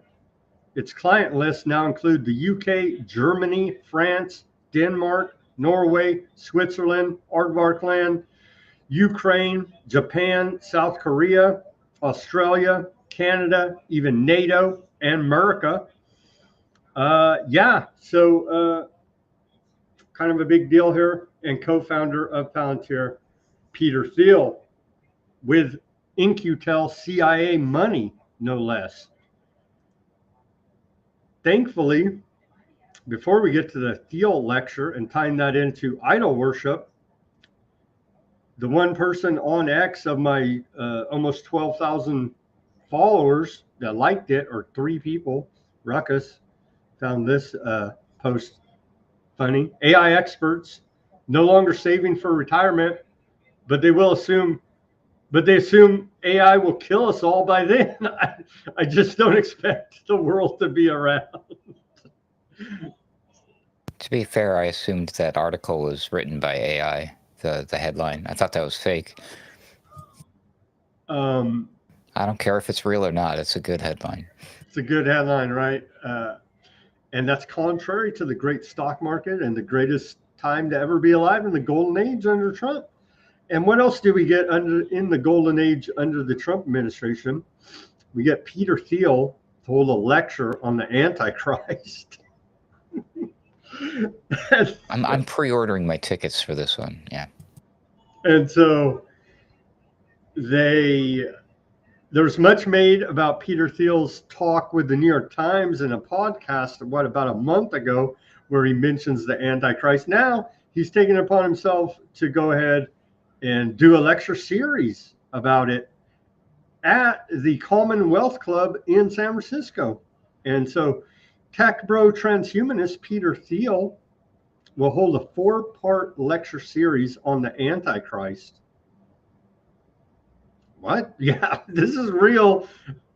This is real. Here's his website, which I remember the interview last week with Johnny Vedmore. We did pull up Peter Thiel's website, and it was blank, but now it's being populated here. And so I don't know if Peter Thiel, if this is his site. You would think, being a billionaire, he would have his own name, peterthiel.com. I'm not sure, but I believe we have a misspelling. So I don't think this is actually his website. But I guess that you would have to track it down.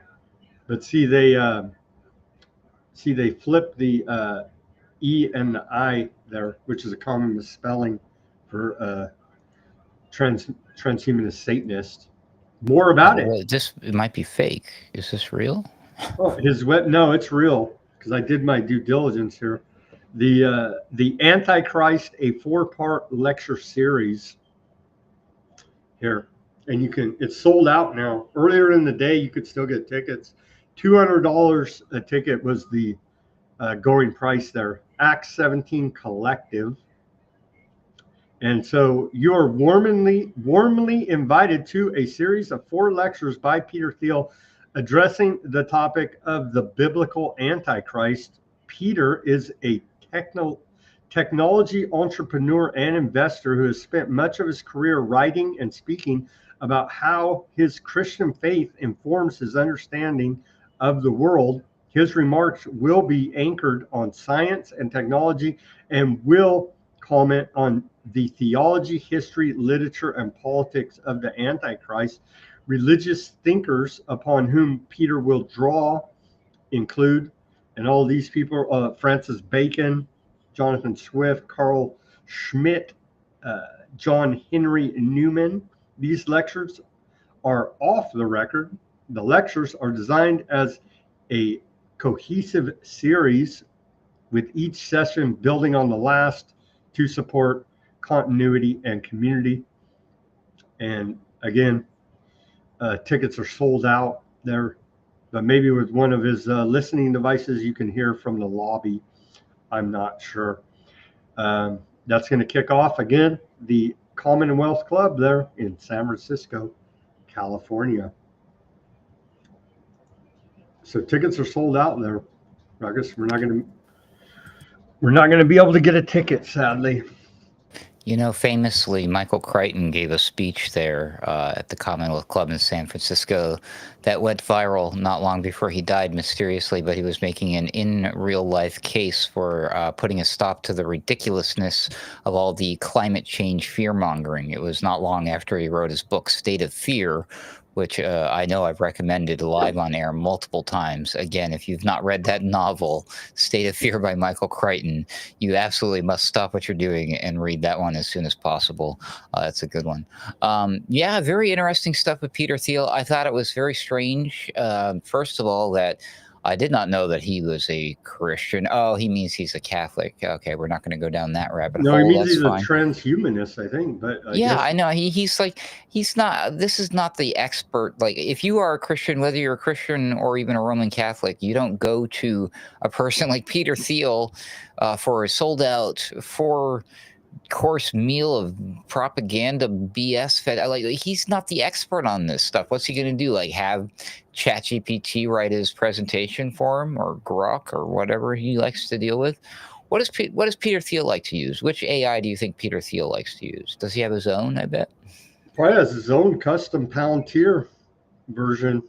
The big brain. It's put on by this group, Acts 17 Collective.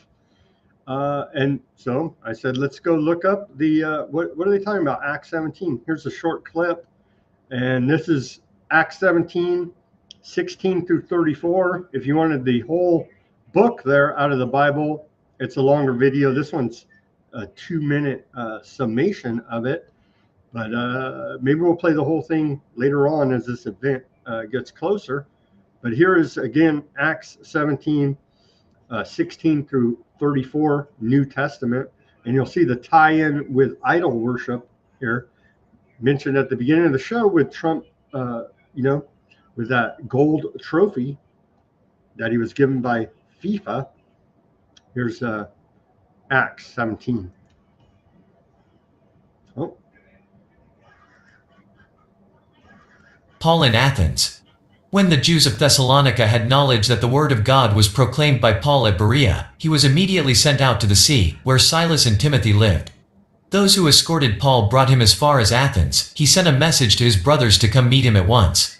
While Paul was waiting in Athens, he was deeply troubled by all the idols he saw everywhere in the city. So he reasoned in the synagogue with the Jews and the devout persons, and in the marketplace every day with those who met him. Some of the Epicurean and Stoic philosophers also were conversing with him.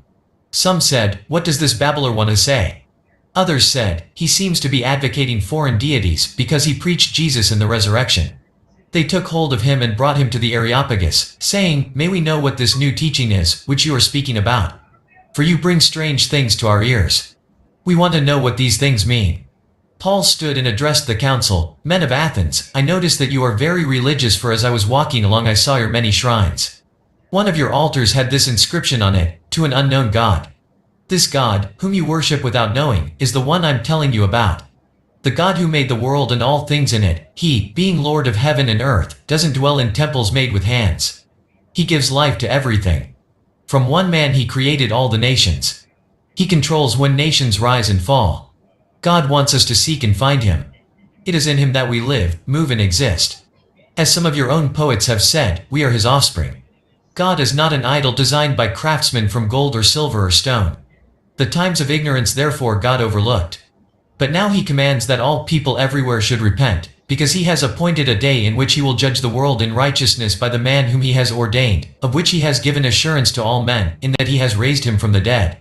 Now when they heard of the resurrection of the dead, some mocked, but others said, "We want to hear you again concerning this." Thus Paul went out from among them. But certain men joined him and believed. Among those was Dionysius the Areopagite and a woman named Damaris. If you like this video,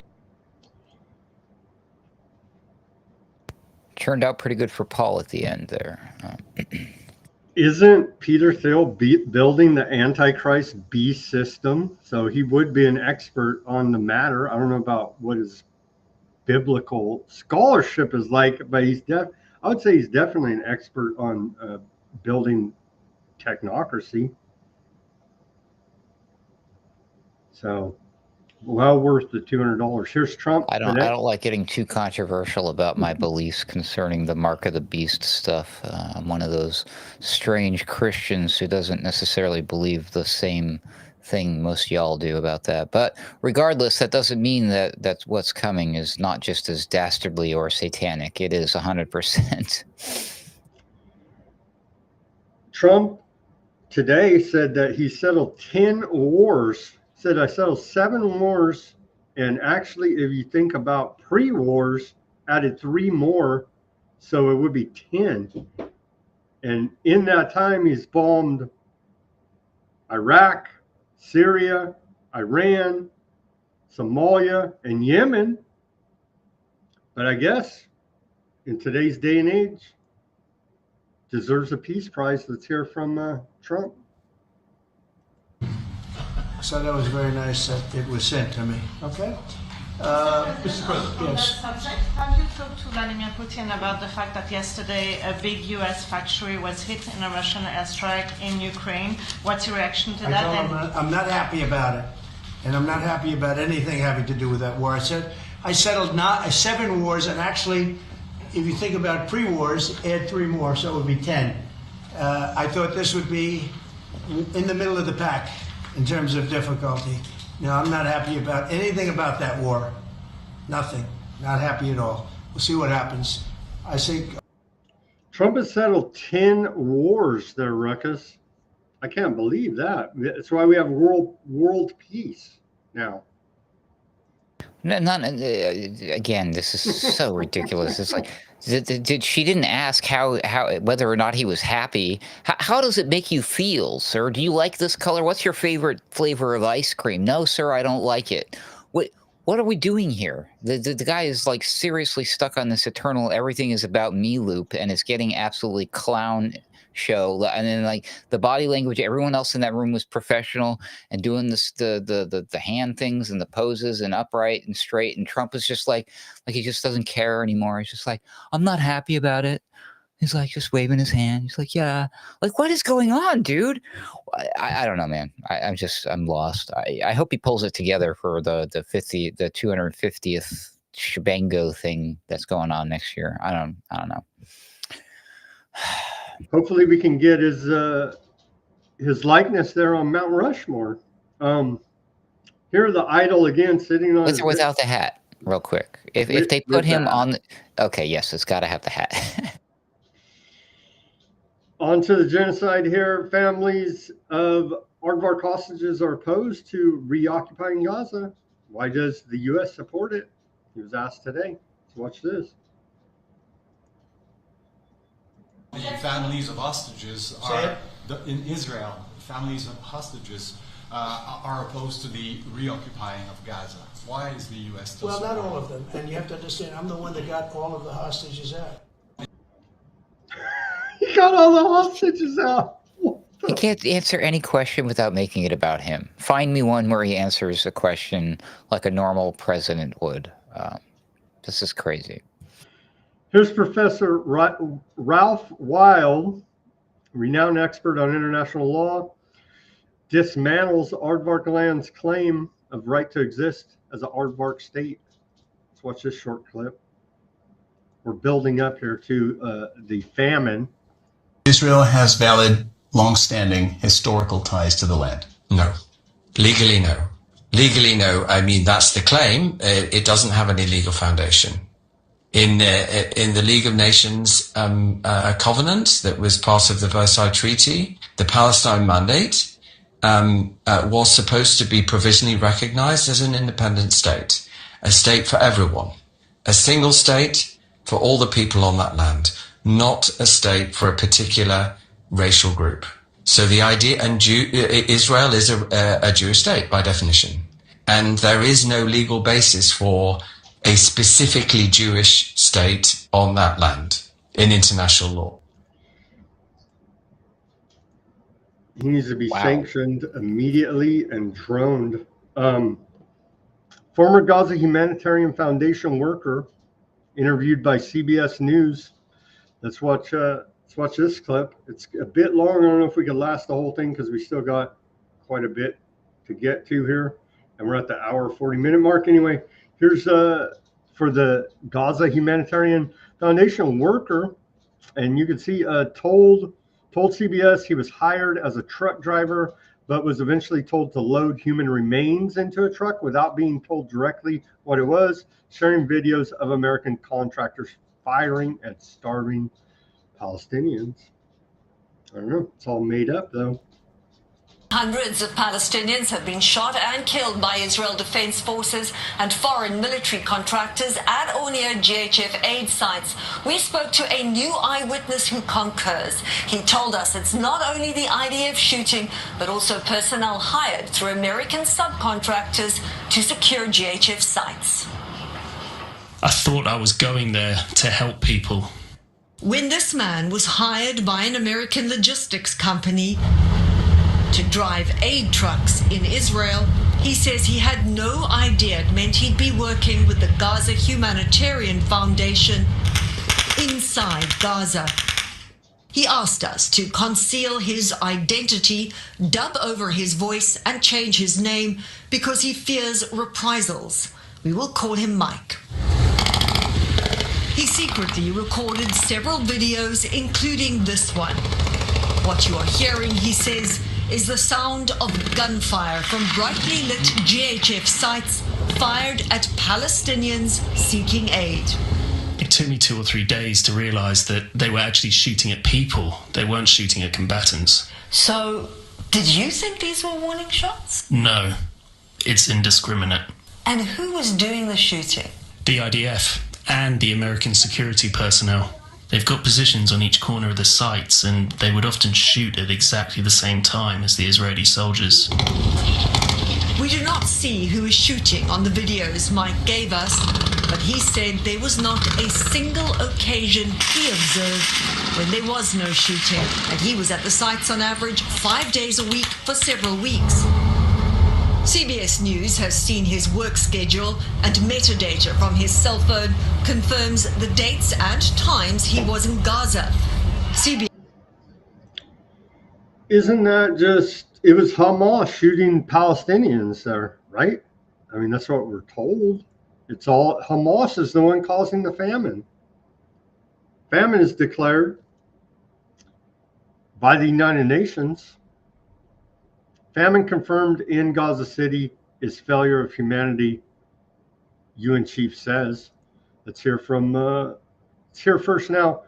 Let's get the technical definition, because they always say everybody I don't like and any accusations of wrongdoings, you're just a damn terrorist Hamas. And you don't, and they conflate terms, which has been a common theme over the last 5 or 6 years, probably forever, but now we just changed the definition, and so we don't even know what you're talking about. Famine isn't just a word, it's a technical term, and it's never declared by one organization alone. A famine confirmation is the result of a joint data-driven analysis using agreed global standards set by the IPC. Gaza is only the 5th famine ever confirmed by this scale. Here's a video explaining it. So it's not just throwing it out there because it sounds bad. It's like a thing that's been agreed upon internationally. I know we have a hard time understanding genocide. Maybe we can understand famine a little bit better. When you hear the word famine, you probably think of the worst hunger imaginable. But famine isn't just a word, it's a technical term. It's the very last stage on the hunger scale. By the time it's declared, people are already dying of starvation. Famine conditions are man-made. They're driven by conflict, restricted access, and the breakdown of essential services. Famine is declared when 3 conditions happen at the same time. When at least 20% of the population has extreme food shortages, when a significant proportion of children are acutely malnourished, that is 15% if measured by NUAC tape, and 30% if measured by weight for height, and at least 2 out of every 10,000 people are dying every day from hunger or hunger-related disease. Famine is never declared by one organization alone. It's the result of a joint data-driven analysis using agreed global standards from the Integrated Food Security Phase Classification, or IPC. This process brings together multiple humanitarian agencies like the World Food Program and is confirmed by independent experts. This ensures famine declarations are based on independent, science-backed evidence. The IPC scale measures hunger from Phase 1, where food security is ensured, to Phase 5, catastrophe or famine. This enables us to raise the alarm before hunger takes lives and to act while there's still time. At WFP, our mission is to prevent famine altogether. We monitor hunger hotspots daily and act when people are in crisis long before famine takes hold. In Gaza, the latest assessment shows that famine is confirmed in one area and projected to spread. In Sudan, a protracted famine is taking hold, only one at this scale anywhere in the world. In both crises, thousands of lives are on the line, especially young children and women. Safe, sustained humanitarian access is critical to prevent further catastrophe in both crises. Increased humanitarian access is urgently needed to turn the tide of famine. Famine is preventable every single time. We have the data, we have the tools. What we need is the action and the resources to ensure no one is left to starve.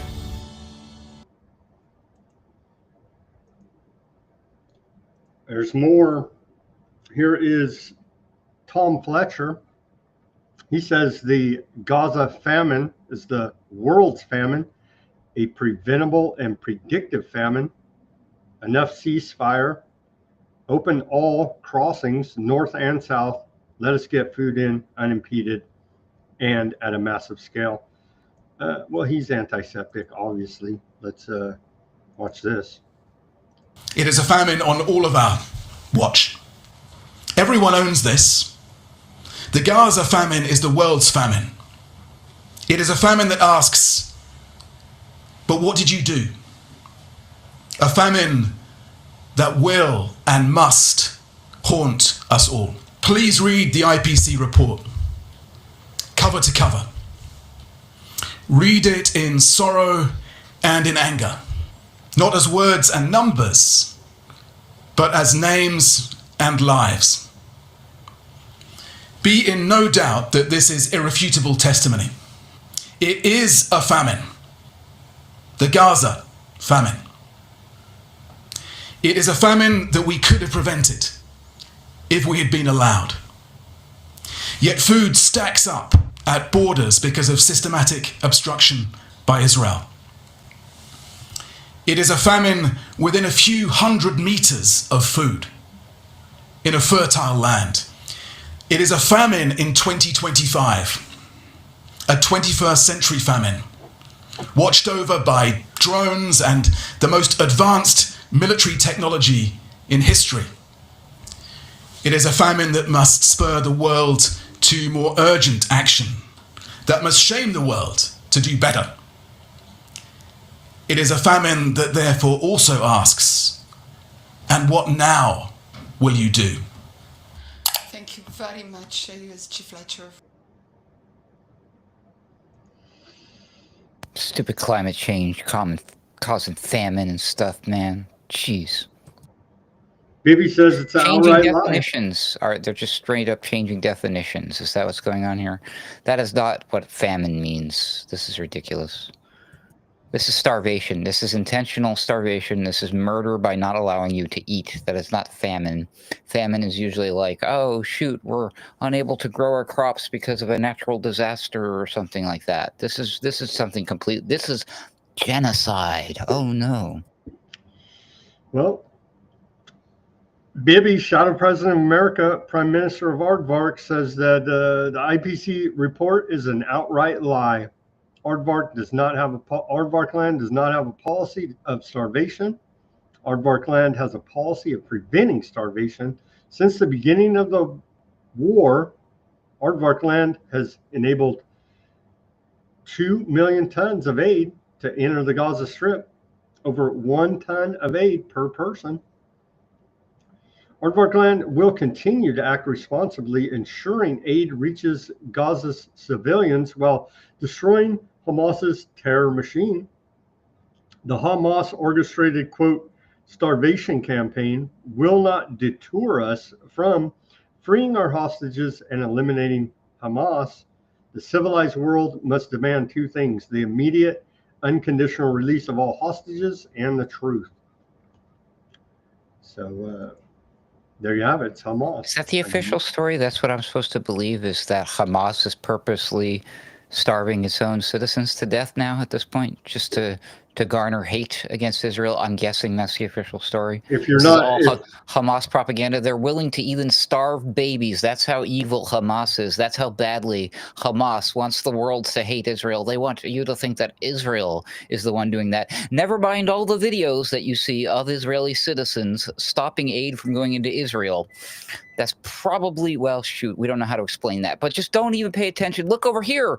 Cracker Barrel, their logo. Come on, people get mad. Or reports of the Gaza Humanitarian Foundation led by the IDF just gunning down starving Palestinians looking for some aid. All that is Hamas made up propaganda that even CBS... They're very good at it. They're better at propaganda than even Trump. Than Trump even should the be White pissed. That's what the real battle is here. The propaganda war, and he's mad because they're broadcasting on all over your mainstream, CBS, BBC, they've even hooked the UN on their lies here now. Tel Aviv organizes influencer tour in Gaza to whitewash UN-verified famine. Oh, yep. So your clown influencers are going to be selling you Hamas lies. Oh, no, I'm sorry. Yeah, well, yeah. No, Aardvark land lies. Tel Aviv arranged this week for 10 U.S. and Aardvark social media influencers to enter Gaza and, quote, reveal the truth about what Aardvark land says are Hamas lies about starvation of Palestinians in the besieged Gaza Strip.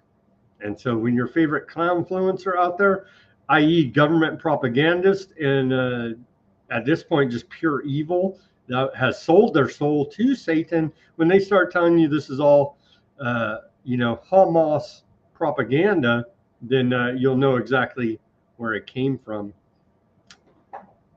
What's that called during the stage of starvation where your stomach actually gets bloated and it looks like you're actually like distended? Is that the word? Distension? Distended? This is a known thing when your body is starved. And then it looks like, especially when you get skinny and the kids, and you've seen the pictures from Ethiopia and all that. So they're probably going to show them a bunch of kids with their bellies all bloated, and they say, "See, they're eating real good. They're the fat little suckers. Look at them. They're eating too good." Like, you sick people. I don't know what they're going to do. This is ridiculous. Take them to Walmart. Show them all the oversized people. No, I guess that's only in America we got that problem. Okay, never mind. They don't name the clown influencers here, but I'm sure you'll see their posts being boosted all over the interwebs. Oh, sorry. Tel Aviv police bans march demanding government stop the starvation. And so even aardvarks in aardvark land are being suppressed for being antiseptic. It's very Orwellian and hard to even wrap your mind around it. But yeah, Haaretz, a big aardvark newspaper there, reports that there's no protest allowed to stop the war and stop the starvation because it's the greatest democracy in West Asia, as we're told, and they honor such ideas as the First Amendment. No, actually, they don't, and you will be beat up and possibly killed by aardvark police forces there if you resist the Netanyahu regime. But it's the greatest democracy in West Asia. I don't know. Again, very Orwellian to do the mental gymnastics to wrap your mind around the level of lying that we see out of the U.S. government complicit in all this.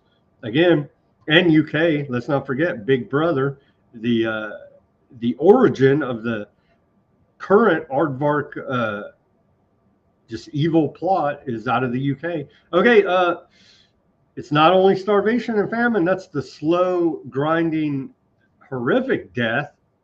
They'll kill you right now. In the last 24 hours, 71 Palestinians have been killed and 251 have reported injuries, according to Gaza Health Ministry. And so there you have it, all Hamas.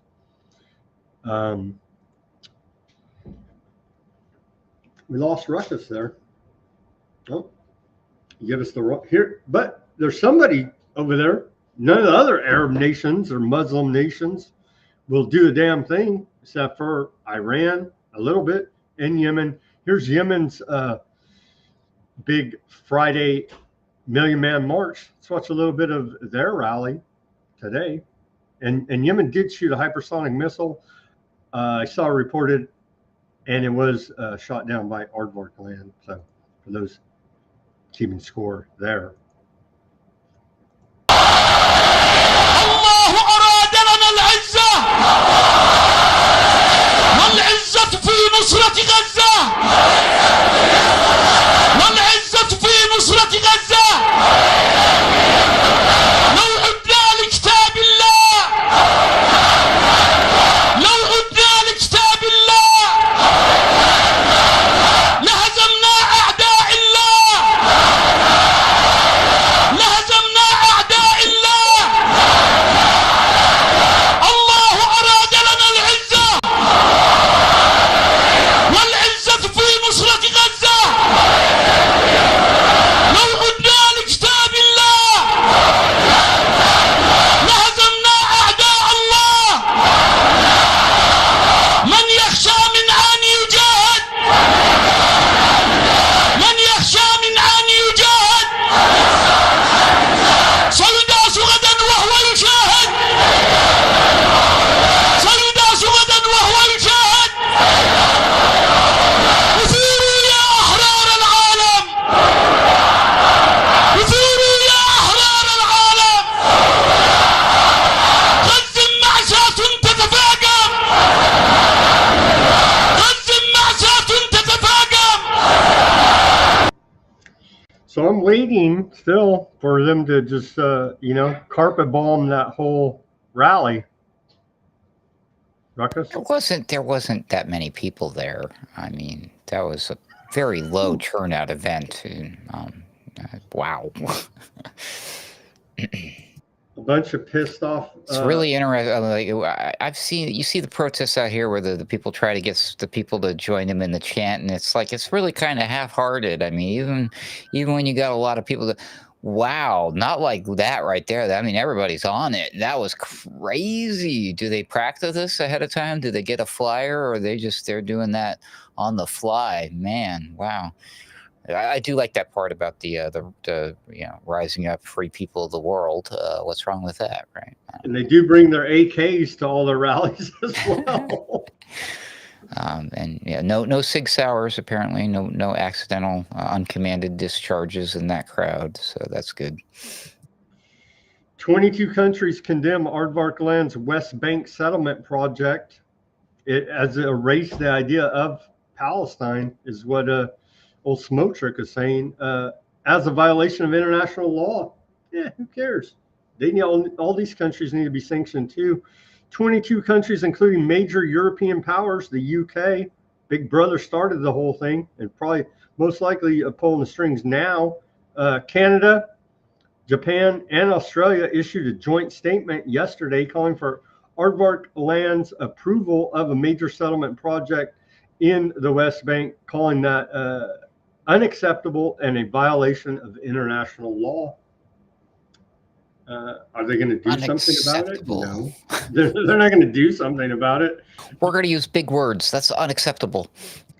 And international is kind of a big word too. International law. I mean, like big Scrabble words, not like, big vocabulary words. The rest of the countries, all antiseptic and deserve to be sanctioned. Australia, Belgium, Canada, Denmark, Estonia, Finland, France, Iceland, Ireland, Italy, Japan, Latvia, Lithuania, Luxembourg, and the Netherlands, Norway, Portugal, Slovenia, Spain, Sweden, and the UK, as we mentioned earlier there. So basically, in alphabetical order, that was really nice. Basically, much of Europe. And so, but what are they going to do? They're all going to go at this UN General Assembly meeting in like a week here now.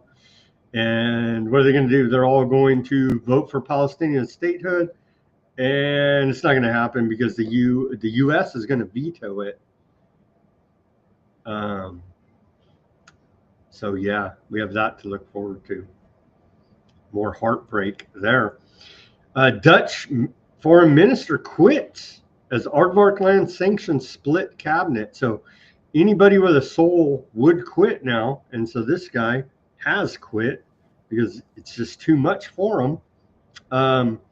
Dutch foreign minister, this guy Casper Veldkamp, resigned today after fellow cabinet members declined to support further sanctions against Aardvark land. And so there you go. This guy's like a unicorn, a politician with a conscience. Good on him. He's gonna be able to sleep well tonight, kiddos. Good for him. And maybe droned by a Palantir soon as well. Yeah, he might be sleeping for longer than he planned, but hey, it happens to all of us eventually. Part of it was this West Bank full annexation, approval of over 3,000 new, quote, settlements there, which is just a big land grab, land theft as a ethnic cleansing program as we continue to report here. But yeah, good for old Mr. Casper Velderkamp. You know what they say, Sam? A land grab is best served with a side of genocide and famine. Yeah. They're doing that thing, man. Aardvark Defense Minister Katz announced that the government has approved the Army's plans to move on Gaza City as part of its declared effort to, quote, defeat Hamas in Gaza. The gates, this is a quote from Katz. He says, the gates of hell will soon open over Hamas murderers and rapists in Gaza until they agree to Aardvark land's conditions of ending the war, primarily the release of all hostages and their disarmament. The gates of hell will open soon. So they're going to kill everybody there. They're telling us right now. Aardvark land's defense minister says Gaza City could be destroyed. They're going to destroy it. Who made the statement about the gates of hell? Katz, this guy right here. Oh, what's his religion? Satanism. No, I think he says he's an Aardvark, but I don't know. Oh, that's what exactly does his religion say about hell? Since we're bringing up the gates of, never mind. Let's not go there. I'll let you do your own research. People, have fun. If he's following the Talmud, it says Jesus Christ, the Christian Savior, is boiling in a. I wasn't gonna be that. I wasn't gonna go there. Boiling in a cauldron of his own semen there and excrement in hell is what it says. So, but you know, it's the Christian thing to support them. Apparently, that's what we're told by our Christian Zionist leaders here in America. Satellite images show tent camps emptied as IDF expands Gaza City operations. We're gonna play this, I guess. There's not much to show on the video. It's like dirt and rubble and some tents, and they bomb the hell out of that too. So it's like literally anything there they bomb. And complicit again, America. We're paying for it. We're fitting much of this bill here now. They're literally bombing rubble. Can we live stream the rebuilding at least? Can we have like a little short form TikTok videos? Can they live tweet? They're like, hey, we just moved this rock over here. We just laid the foundation for Trump Tower, Gaza. That'd be fun. Here's the image. It doesn't. It's just everything gone, bombed into smithereens. There's these couple places maybe, but I'm sure they're all bombed out too. But yeah, it's literally everything. The roads look intact. That's nice. Everything's bombed to smithereens. Gaza City could be destroyed if Hamas does not agree to terms. We just covered that. Yeah, it will be destroyed because all they do is lie about everything.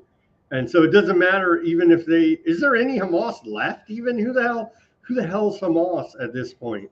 You know what I mean? Like, really? They don't live there, remember? They live in Qatar. Somewhere. They're living in Qatar, hanging out, yeah. They're probably hanging out at Jeffrey's Island or something like that. Oh man. Gaza City residents. He teamed up with the Democrats to make the fake story about Epstein's files. That's what it was. That's right. Gaza City residents fear Aardvark's looming assault is a new war They never stopped. That's a headline out of CNN.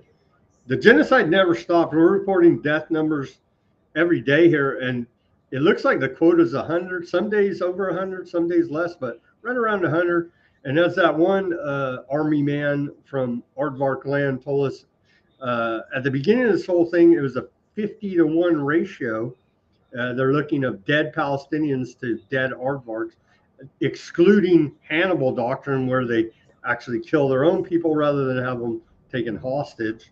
And so there is no new war there, CNN, and there never was a war.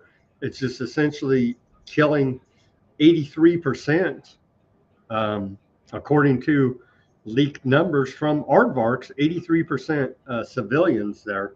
So that's not a war, that's a genocide.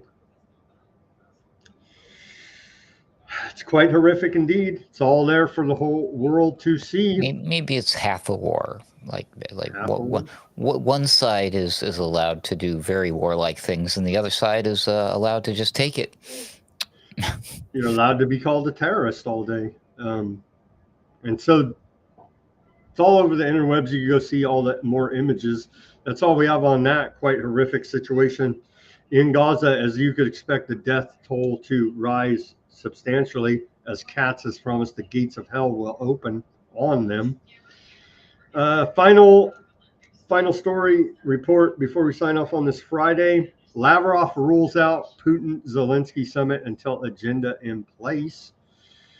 So Putin said expects a full-scale restoration of relations with the U.S. I don't know.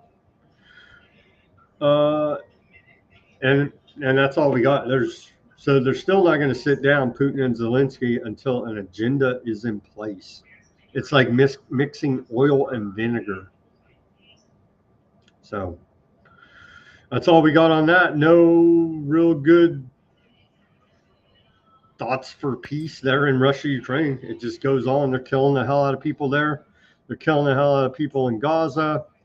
Yeah, it's quite horrific there indeed. We'll see if the UN, I have my doubts if the UN can do anything here in the next week when they come back into session. And all these countries could do something more than write a strongly worded letter, you know what I mean, and condemn the violation of international law. They could actually do something, but they won't. They won't.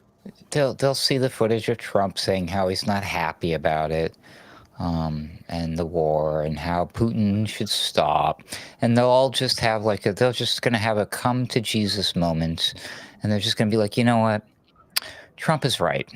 We don't want to make Trump unhappy, and Zelensky and Putin are going to call each other over the weekend. Zelensky's going to fly over there and meet with Poot, and they're going to have a nice bottle of vodka together and just get drunk and have a good time. Brokeback Mountain might happen. I don't know. If you don't ask, I won't tell kind of thing might be going on. Who knows? Who knows? But they might emerge as friends and solve everybody's problems. No more war, because we don't want to make Trump unhappy, because he's not happy with it, Sam. And we want to make Trump happy. So I'm being optimistic. Don't listen to the panicans. Trust in President Trump. Thank you very much for that propaganda message. Okay, that's all we got. Let's go to the channels. Odysee, I see Gurr and John over there. Gurr says Aardvarks might whack Bolton and blame Iran. They might. They freaking might. That is a very real possibility. We misunderstood the notion of justice. We thought she was convicted, and that was that. Well, yeah, I mean, you could always just, stroke Trump's ego and maybe get yourself a pardon. There you go. Can Trump pardon her? I don't know if it's a pardon, but he can commute her sentence, I believe. That is within his executive authority. We should send the Aardvarks exploding chips. Who knows, man? There's got to still be there's got to be pagers and other communication devices still out there, unless they set them all off. I don't know. But for those that remember that episode in the whole deal, that's scary, crazy stuff when they did that one. John says, should I mention that the name of the fictional leader of the resistance to Big Brother is Emmanuel Goldstein? Was Orwell antiseptic too? Yeah, it all ties together, man. I'm telling you. Read Brave New World again, and they mention Rothschilds. They mention a bunch of names part of the one world government conspiracy historically. Go read that, and you'll be like, whoa, whoa, whoa. You know what I mean?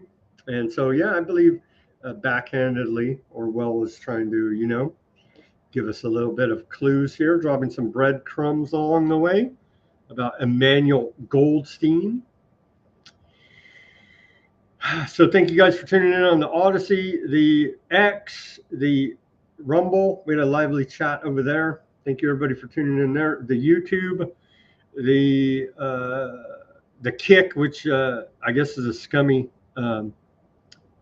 platform. Kick. I didn't even know, who knew. But I did listen to that report that Ruckus sent me, and it's a pretty dirty, scummy platform that the guy. I guess they tortured essentially this guy to death on a live stream. I don't know what that was all about, but scary, bad stuff over there at the Kick. It's good for kids. Yeah. Man, Kick is, I guess Kick is up to no good. Shout out to Facebook and Twitch and YouTube again. Thank you everybody for joining us on this Friday edition of Weaponized News. As always, everybody do your own research. Peace, love, and freedom. Speak on, take action. Have a great rest of your Friday evening and weekend. We'll be back here on Monday for more Weaponized News. Thanks, Ruckus, for joining us. Go to, let's plug Ruckus one more time and myself. Follow us on the X for whatever it's worth at Weaponized News, and Ruckus at AC_word slinger. You can see it right there. Give him a follow. And go to Weaponized News Substack. That seems to be the only place on the internet that we're actually able to grow. Wouldn't you know? I don't even know why. I just assume everything Weaponized News everywhere is throttled and shadow banned, but somehow, some way. And that's where the links to everything we talk about on the show will be. And you can do further research and do your dives and do your own reports, because I think we covered a lot of interesting topics, but I'm just being narcissistic like Trump here now. I shall start talking about Sam Cheney in the third person. Maybe that'll help.